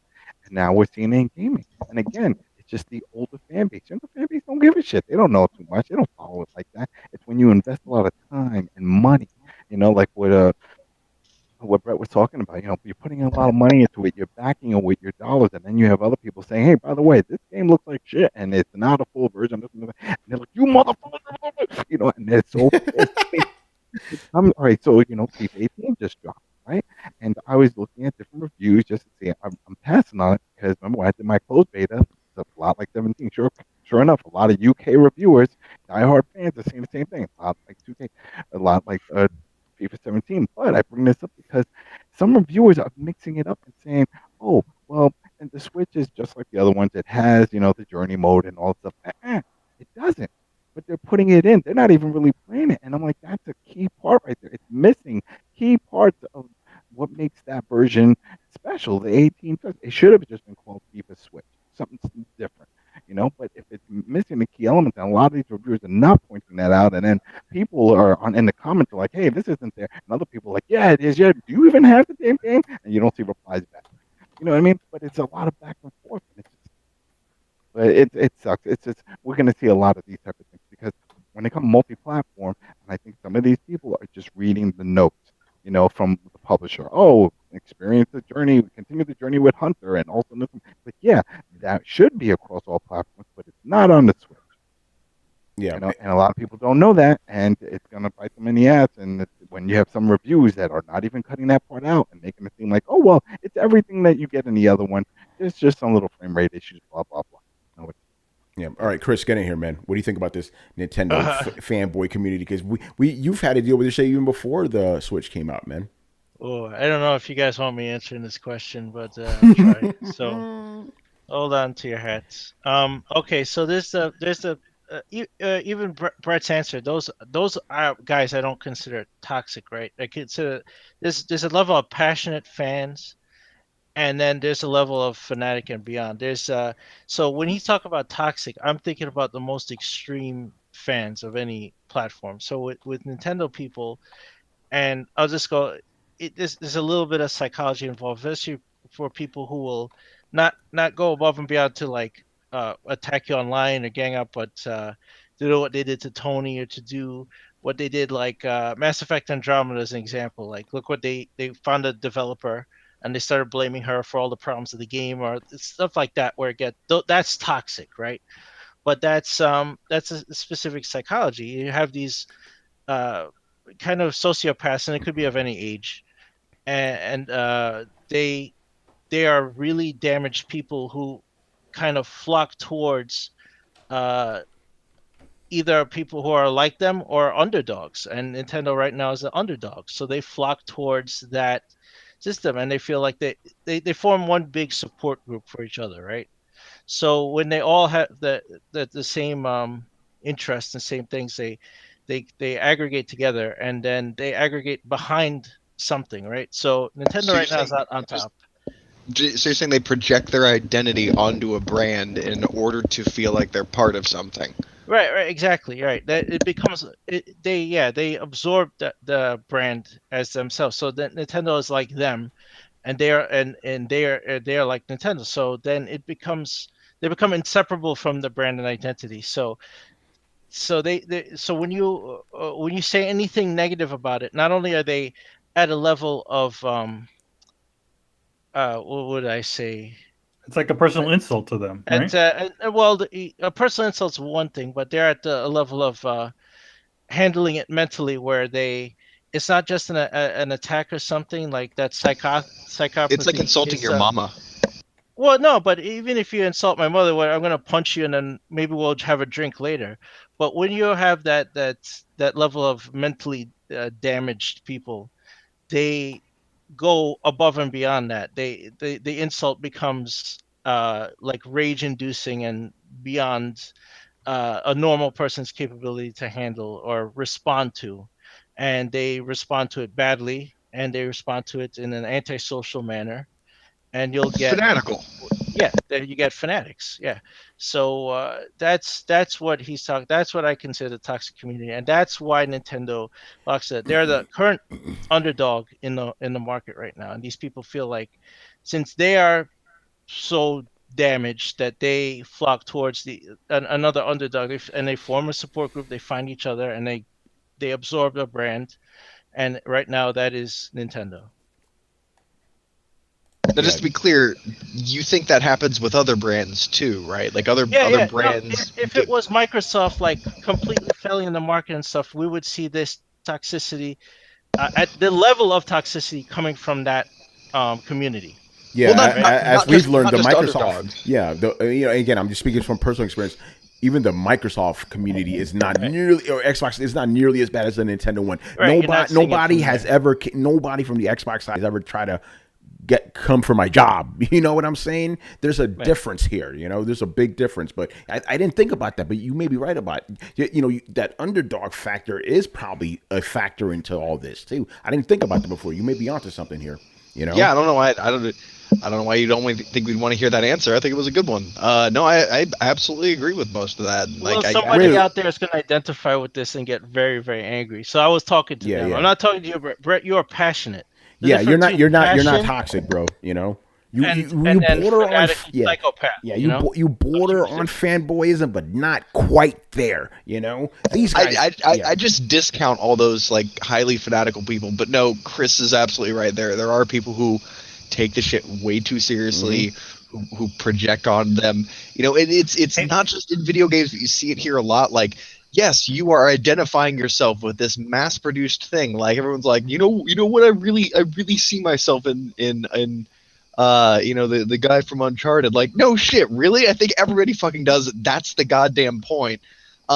People, that's the point of the products that you're selling you, but some people buy in too much. Yeah. Even with the idea of, when Microsoft was kind of, and we all kind of joke about, the Dorito Pope and the Mountain Dew and all that, but Microsoft really did try and engage a whole lot of people in a certain lifestyle and certain age group, and it tried to identify with them, and people then in turn projected their identity onto Microsoft, and we still see the vestiges of that to this day. Oh, yeah. So I think there's a lot of supporting evidence for what Chris is talking about. Yeah, no, Chris hit it out of the park, man. He was 100% right. People could make it that what they will, Anybody else want to jump in on this? I agree with everything that was said. That's a Richard Bailey response. I agree with everything that was said. I agree with everything that was said. Shout out to Richard Bailey always. All right, next question here. Why do you guys think there are no... Okay, let me finish the question too, guys. Don't just jump in. Because this is one of these, Because even when I was reading, I'm like, wait, what? I'm going to interrupt you now. Don't interrupt, please. All right. Why do you guys think there are no women enemies in Western games? Examples: there are no women enemies in the new Tomb Raider games, and it was made by a Western studio. Bloodborne has women enemies and women bosses, and it was made by a Japanese studio. Example time. All right. First of all, the new Tomb Raider, yes, you don't fight any women enemies, but the main villain of that game is a woman. Uncharted 3, the main villain was a woman. Mass Effect Andromeda, there's enemies that are women. You hear them go, Bioware games are usually pretty good about that. They usually have like mix and stuff. Yeah, no, they're out there, bro. I kind of I see where you're coming from though, because Japanese games seem to have like more women, like NPC regular enemies, like fodder enemies, you know. But yeah, there's even Cuphead. They got women bosses in there and shit. That cake bitch is kicking my ass right now, for example. You know, so yeah, they're out there. So little hopefully we've taught you that there are women like enemies in games, but maybe in the past weren't, but there are now for sure, Yeah, I would say even the ones in Bloodborne and the Souls games, like the femininity is very brought down. They're intentionally disfigured or warped. Yeah, what about in Ninja Gaiden and shit? Those women are hot. In Ninja Gaiden, yeah, absolutely. I want to say that there's not a lot of women that you like completely wreck in games like God of War, and I would agree that there's a cultural tendency to shy away from the idea of brutalization of women that we don't necessarily have with men. And if that's the subject that we're kind of tap dancing around, like, yes, you cannot just brutally beat a woman. And I know somebody up there is going to bring out Tomb Raider, and I'll say you're playing the woman, having things visited upon her. You are not encouraged as a player to visit violence upon a woman. And I think you're not like, I mean, like, even if you notice, like, even in past games like Streets of Rage or even Final Fight, it was there were female enemies, but in those games there were compared to the amount of male enemies, and even Capcom said that one was a transsexual or whatever, that was once a man, so that somehow made that okay too.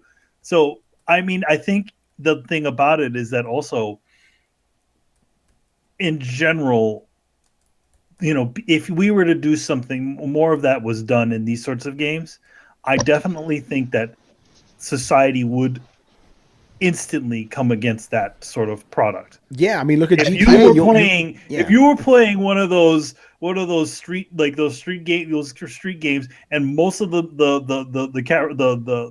beat up character, the regular people walking around are a bunch of women, that every single person would jump on that.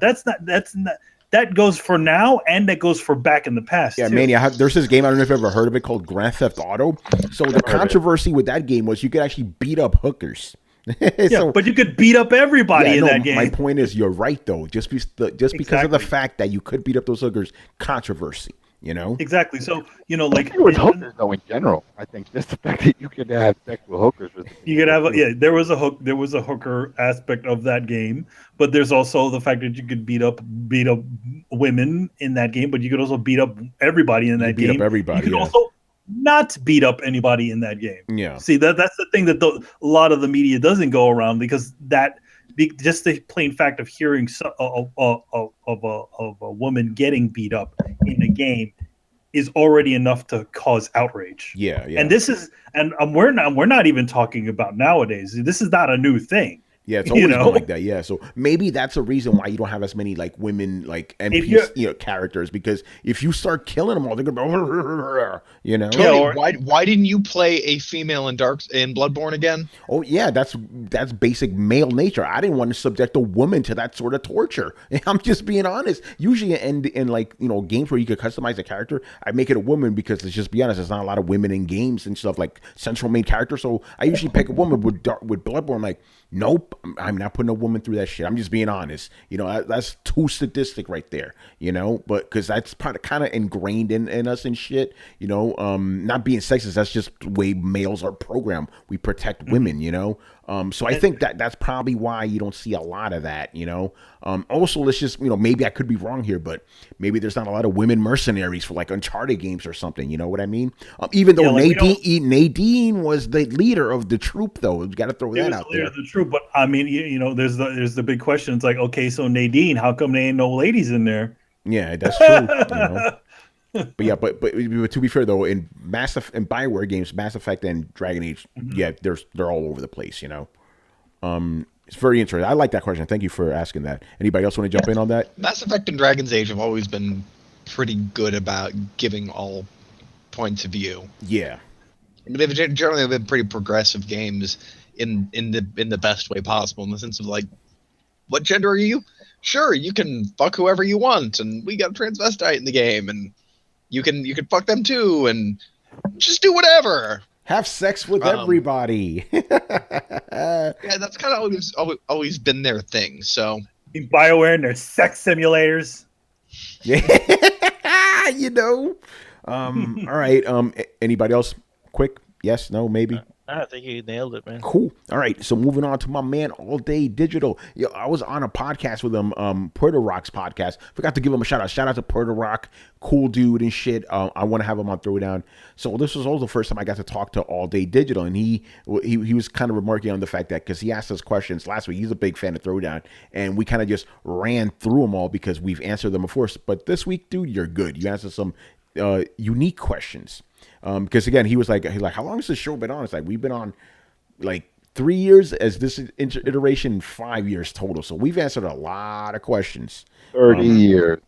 50, bro. Like if you take all of us together, I don't know. Yeah. Anyway, his first question is, has any video game sound effect been strangely satisfying to you? He's not talking about music. He goes, for me, it is the Gears of War headshot. You know, what do you guys? When I was reading this question, I could only think about Final Fight. You know, like you know, shit like that. I know one. I have one, and this one has been a big one for a lot of people. It's Call of Duty: The Body Shop. Just when you shoot and you just that, it just sounds. I don't know, something about it. It sounds like it's hitting flesh. You know, when you take a shot, you. Yeah, too bad we can't hear it now when you try to do it. Yo, by the way, Adam, people in the comments are saying that you sound like a backwards record player. Like me and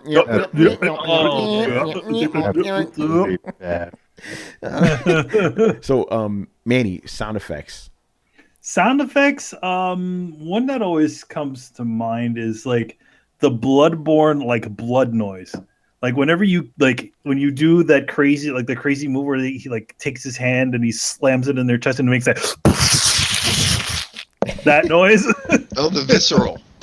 Yeah, visceral attack. Yeah. What about a Mortal Kombat? You know, toasty shit like that. Toasty. You know? No, uppercut noise. Yeah. In Mortal Kombat. Oh. Yeah. Flawless victory. Mortal Kombat had a bunch of them, man.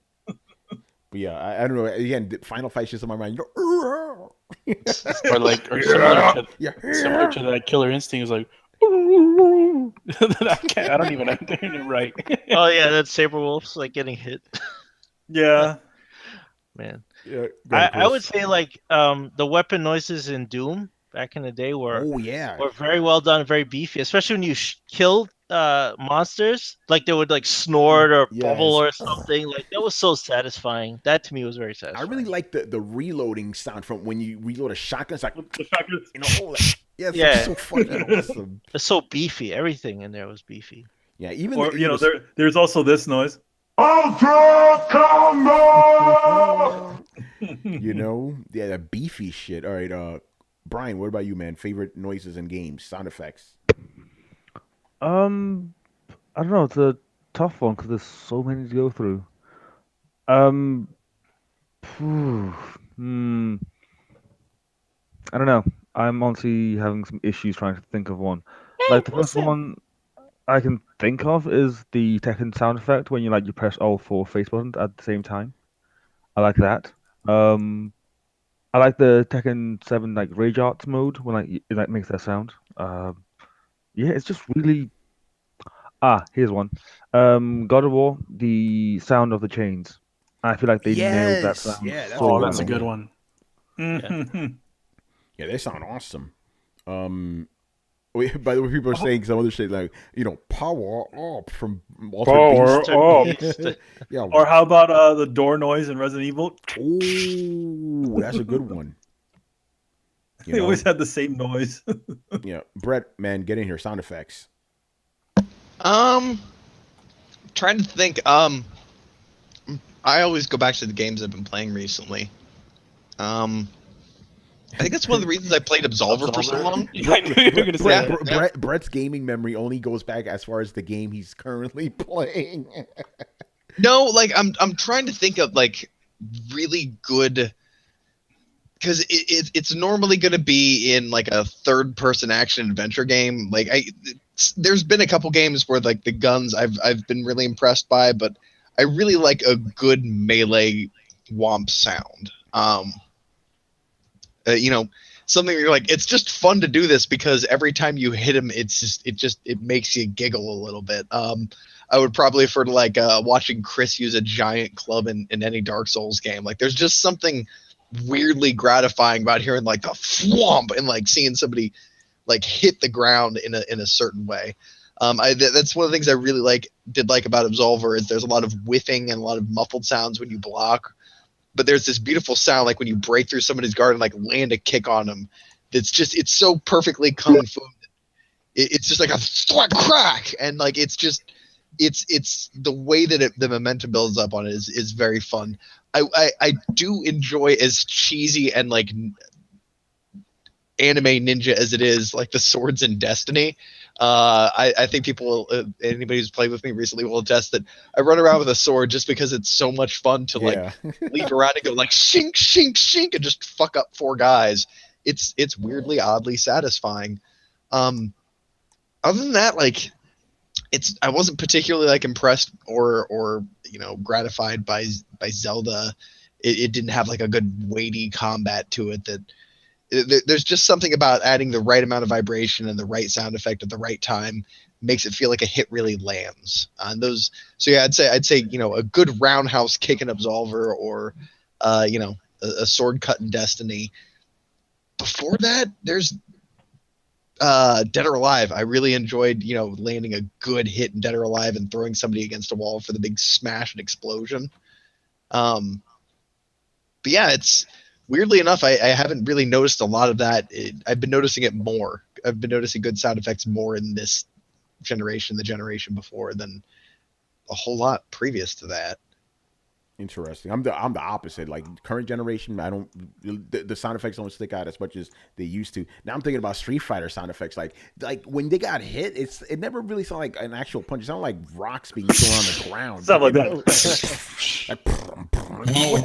Well, yeah, and that's what I'm saying. Like, was there any sound effects so satisfying that it made just the simple act of landing a hit enjoyable? Yeah, well, Gears of War, when you're slicing through an enemy with the chains, like, and you hear all the meat and shit, like, yeah, but that was kind of almost like you like a mini cinematic. Like you're kind of disconnected from that. I didn't feel I connected like a motherfucker to that shit. I'm like, I'm killing this son of a bitch. It's great.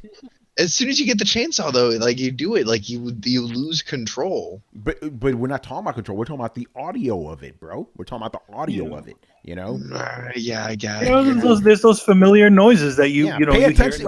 Pay attention to the question. It could be something as simple as just the menu blip in fucking Resident Evil. That could be something like, or the noise when that happens when you refill your energy with a certain character. Oh yeah. Yeah. I got another one.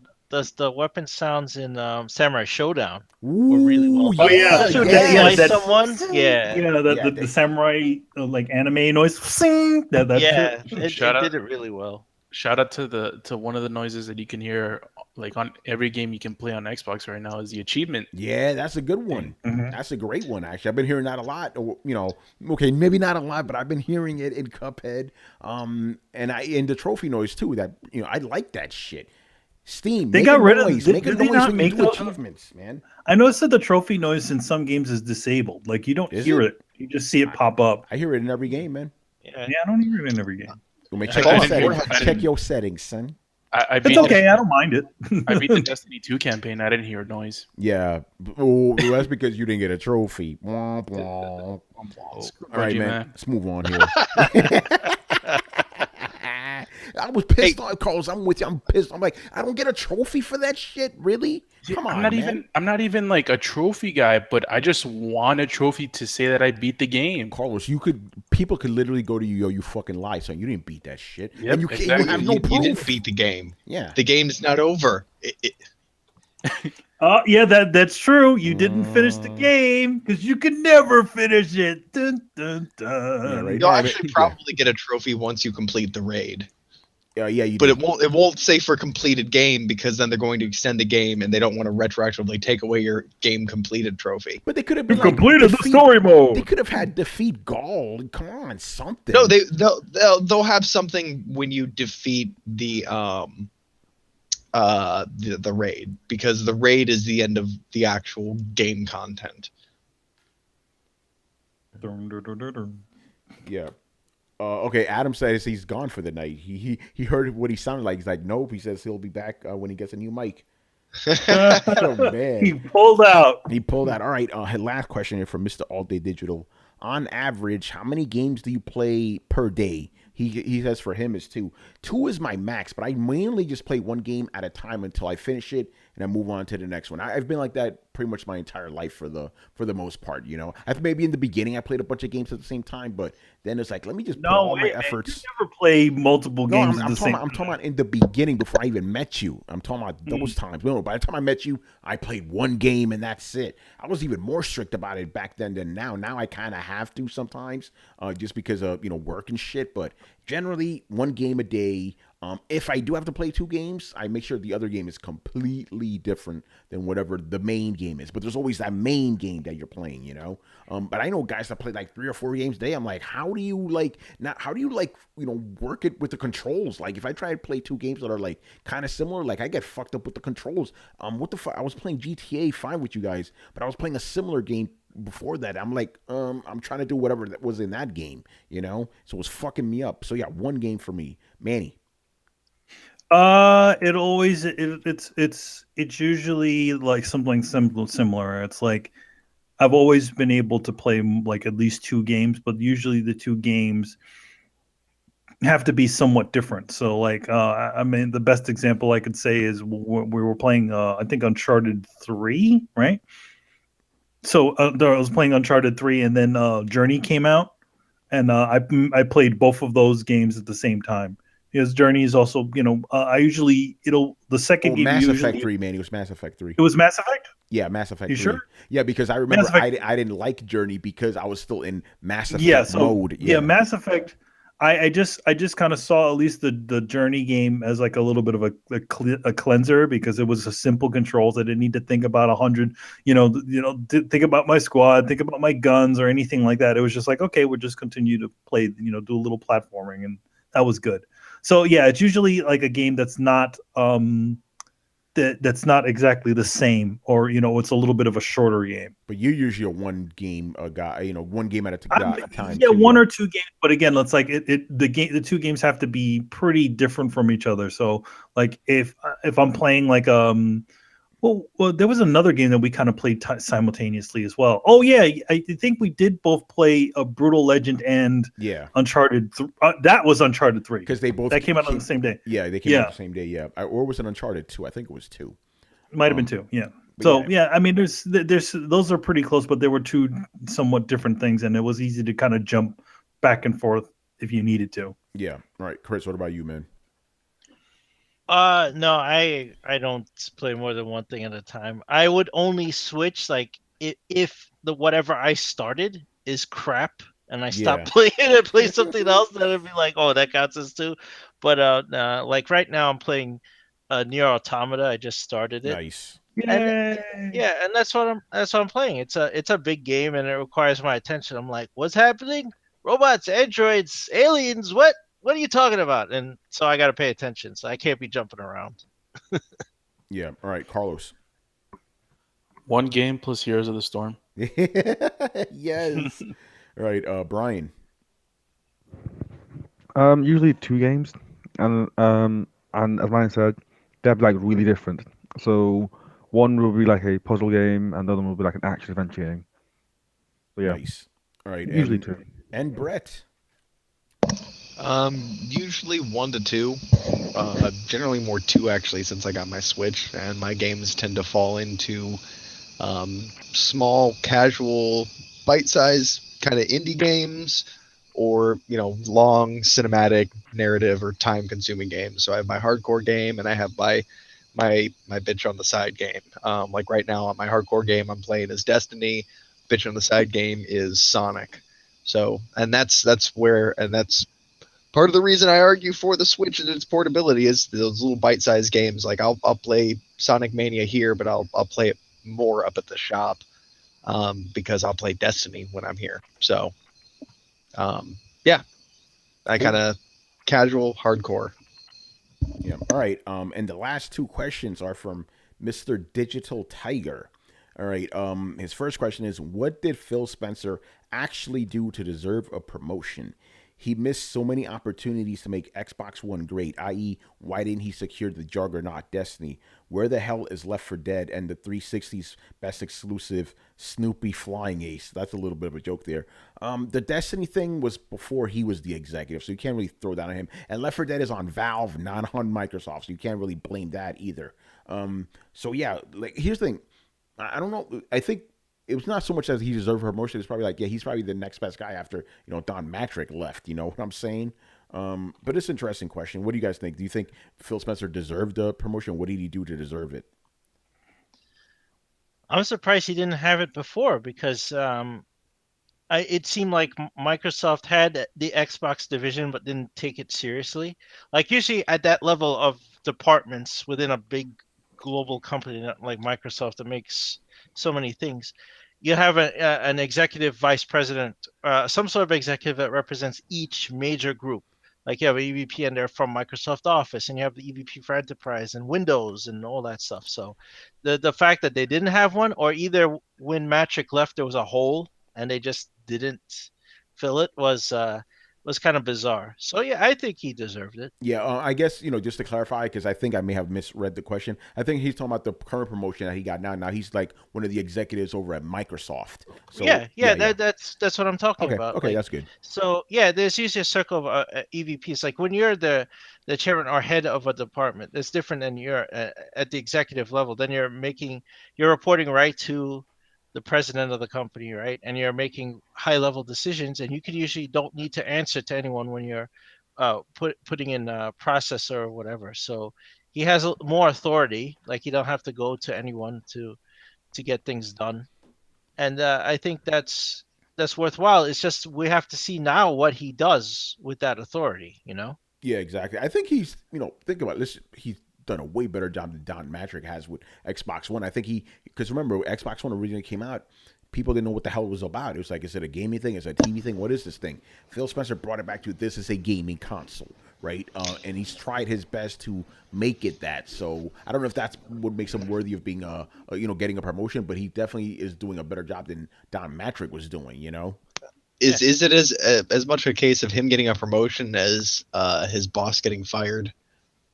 Well, I don't know. Well, because remember, Don Matrick's already been out of there for 3 years. So why would now they choose to promote him? And remember, he's not he's not replacing anybody at the head of the table. So we're talking about this latest one then. Yeah, the latest one. Yeah, the latest one. Yeah. But the thing is that nobody's ever. The one question that anybody is asking is, does this role ever even existed before they even gave him this role? This supposed promotion. To be honest, I just think it's a name. It's just a name change.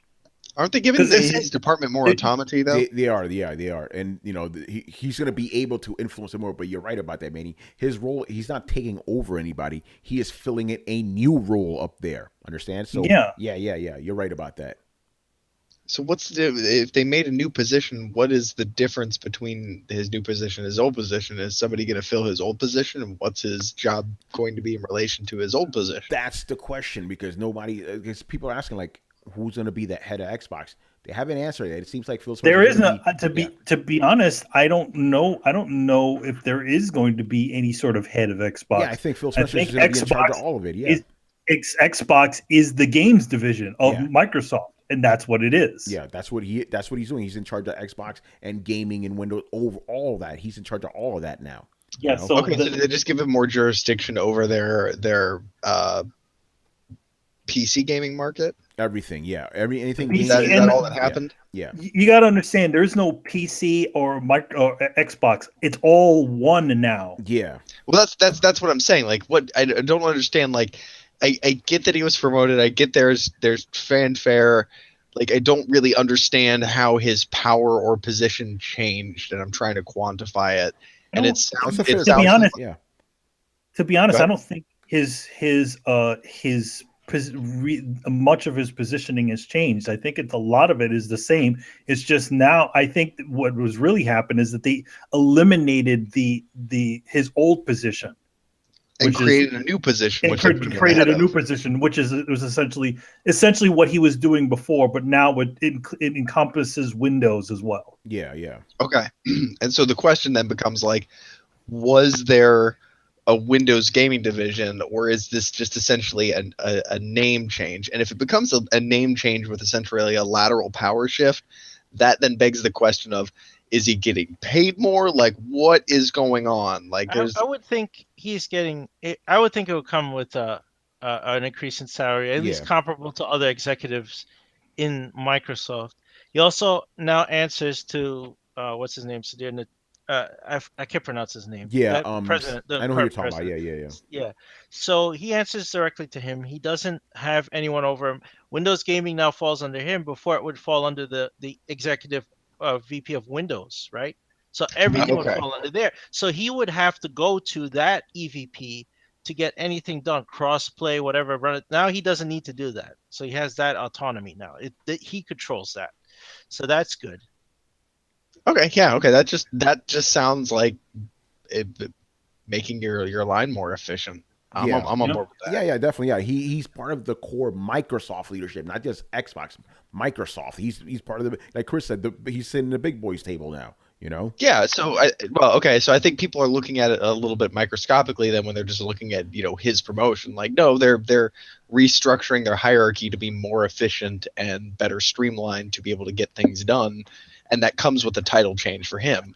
I'm sure Him getting promoted. Yeah. I'm also sure that the reason why they're like, okay, so we have a games division and we have the Microsoft division. Why don't we just fold those two things into one section and call it gaming with Windows or whatever? As opposed to having these different departments devoted to these different things. Mm-hmm. Exactly, but that doesn't necessarily point to what did this guy do to deserve this title change. It could just be like, well, there's a lot of things going on, and this title change just happened to be part of them, one of them, because it makes everything easier and streamlined. It really has nothing to do with him or his performance or what he's done. This is more of a company thing than an employee thing. Yeah. In general, he knows about the gaming sort of stuff.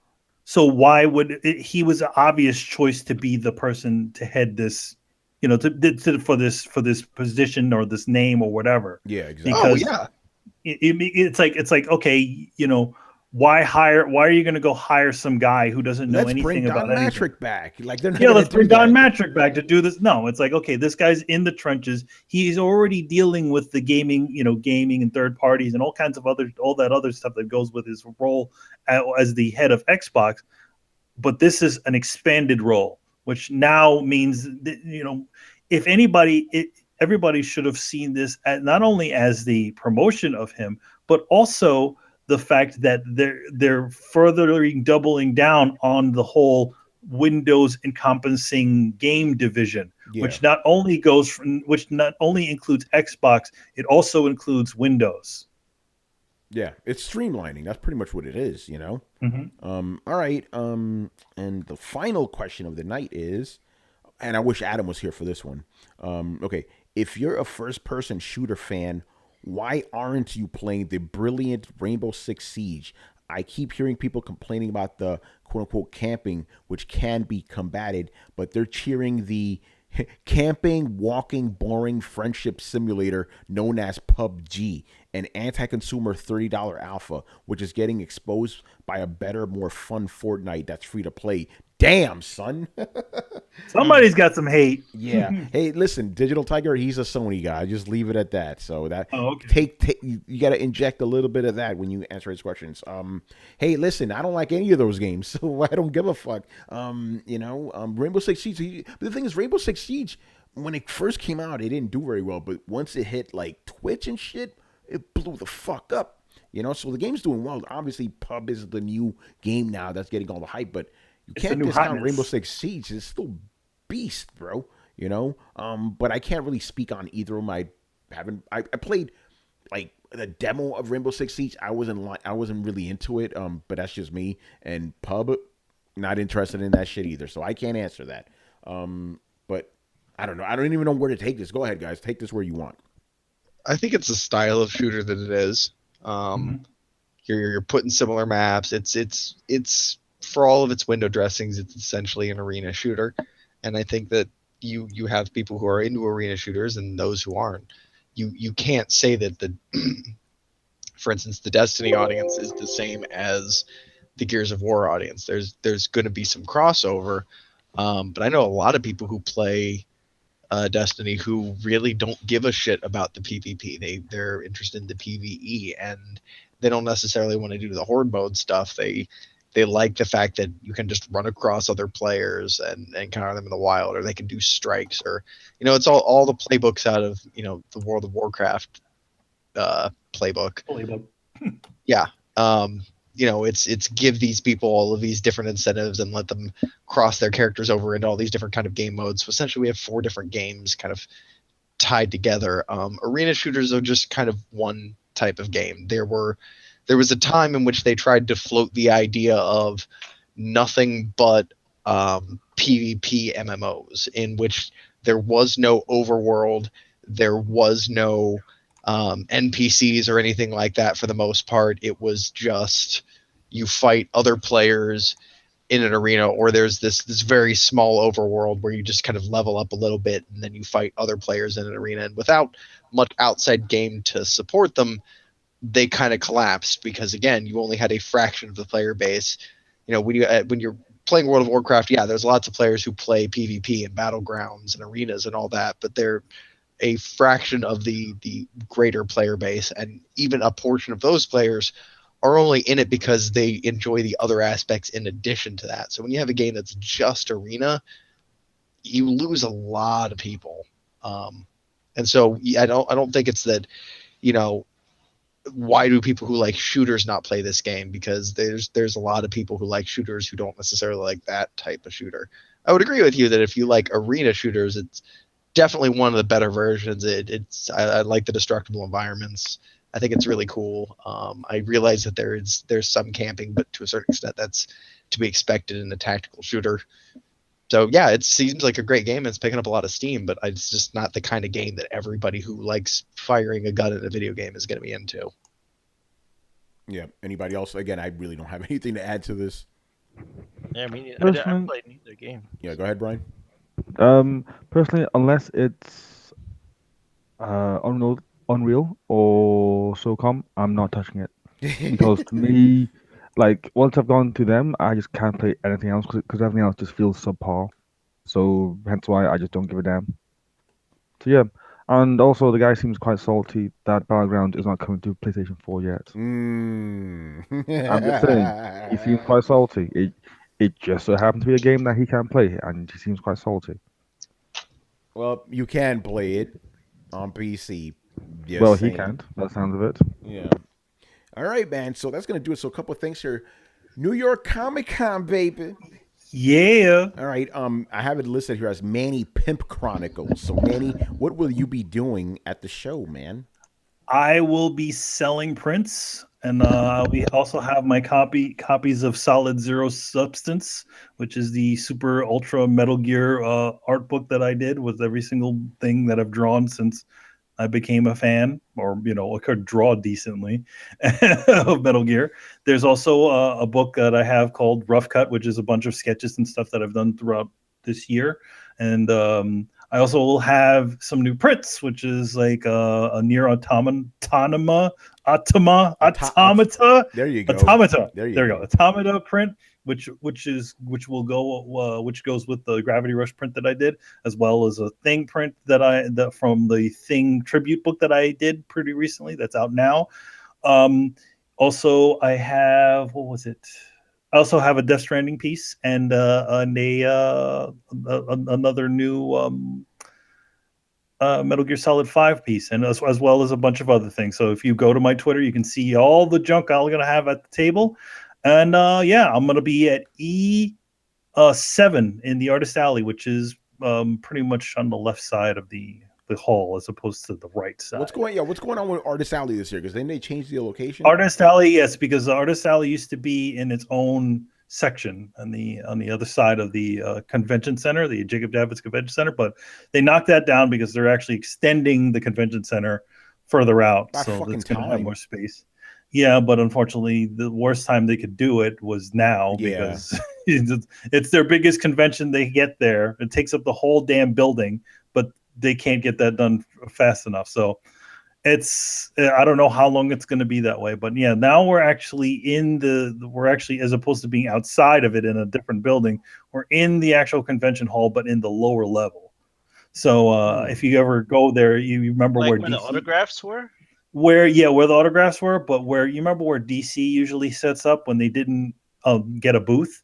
It's in that area on the lower left, the left side. Interesting. So it's you can use if you're coming in, you can walk. I'm gonna do a video as I'm walking in, just so that everybody knows how to get there. Because now Twitter has the ability to do live video, so you just do a live walkthrough. So I can walk in from the front and then all the way down into the bottom part of it, which would be cool.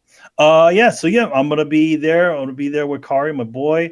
You know, we're gonna be signing shit. We got we're working on a new print together, which I can't talk about as of yet. He's gonna be done with it soon. It's gonna be fun. And yeah, you know, Hip Hop Gamer said he'd drop by, which is cool. I'd love to see him. And whoever else is. I mean, definitely, guys. You know, if you don't pressure, you don't need to come and buy anything. Just come by and say hi. Every single year we'll see Dio, and talk about games and talk about the show. So drop by the table if you're in the New York area. Say what's up. You might run into Tony. Tony's usually zipping around doing all kinds of awesome shit. But sometimes, every so often he'll come down and say, "What's up?" This year I may go see you more because, like in the last couple of years, I only see you maybe twice during that whole time because that Artist Alley was all the way out there. I'm like, man, now it's just I one just elevator. take the elevator straight down there, so that'll be good. Take the elevator straight down there and get to it, as opposed to driving all the way to the other side of the hallway. So it'll be cool. Granted, we don't have as much space it looks like we have the same amount of space, but I don't know. I don't know what they're doing, but we have a pretty good amount of space and, it should be good. There's the usual suspects will be there. And so drop by, say hi. We're going to be doing the show on Wednesday, and I'll just give you a little reminder. I'm probably not going to be on for very long because I want to get enough rest for the next day, which is Thursday. So, yeah. Yeah, good stuff. Great segue there. So yeah, Throwdown this week will be on Wednesday, right? Usually Thursday. We're gonna do it on Wednesday at 11 p.m. Eastern, right? This year I've decided to go to the little cocktail party Square Enix throws. I usually don't go to those because I want to record the show, but I'm like, let me just go to this year. Just cut out a little bit early so I could do the show. So yeah, Throwdown will be 11 o'clock p.m. Eastern on Wednesday, and Throw Out Your Questions will be normal. I don't know if Manny, if you can make it or not, that's cool. If you can't, whatever. But I'm probably gonna be usually leaving. Don't, but I'll see what happens because usually I'm either I stay the extra day in the city and leave on Monday for the hell of it, or I might leave that evening. Just we'll see what happens. But good stuff. I'll let you know on probably Wednesday and see what's up. Yeah, exactly. So yeah, and I'll be at the convention all 4 days. Last year I actually didn't go Sunday. I'm like, man, I'm sleeping, but I got shit to do on Sunday. I'm busy I'm actually busy starting on Tuesday. Because now, just like E3, they're having satellite events and shit. So Tuesday I'm gonna go check out a game. Wednesday is the usual Square Enix thing, and then Thursday's the proper show. So I'm gonna be going to the city starting Tuesday, which. Are you signed up? Yeah, Manhattan. Are you signed up for the? Are you going to go see Arc System Works, because Arc System Works got a nice little tag game coming along. They didn't hit me up, so whatever I got invited to, I'm going. I'm gonna go. I'm gonna see Square Enix games. That's outside the convention. I'm gonna check out Capcom. They got a bunch of good shit.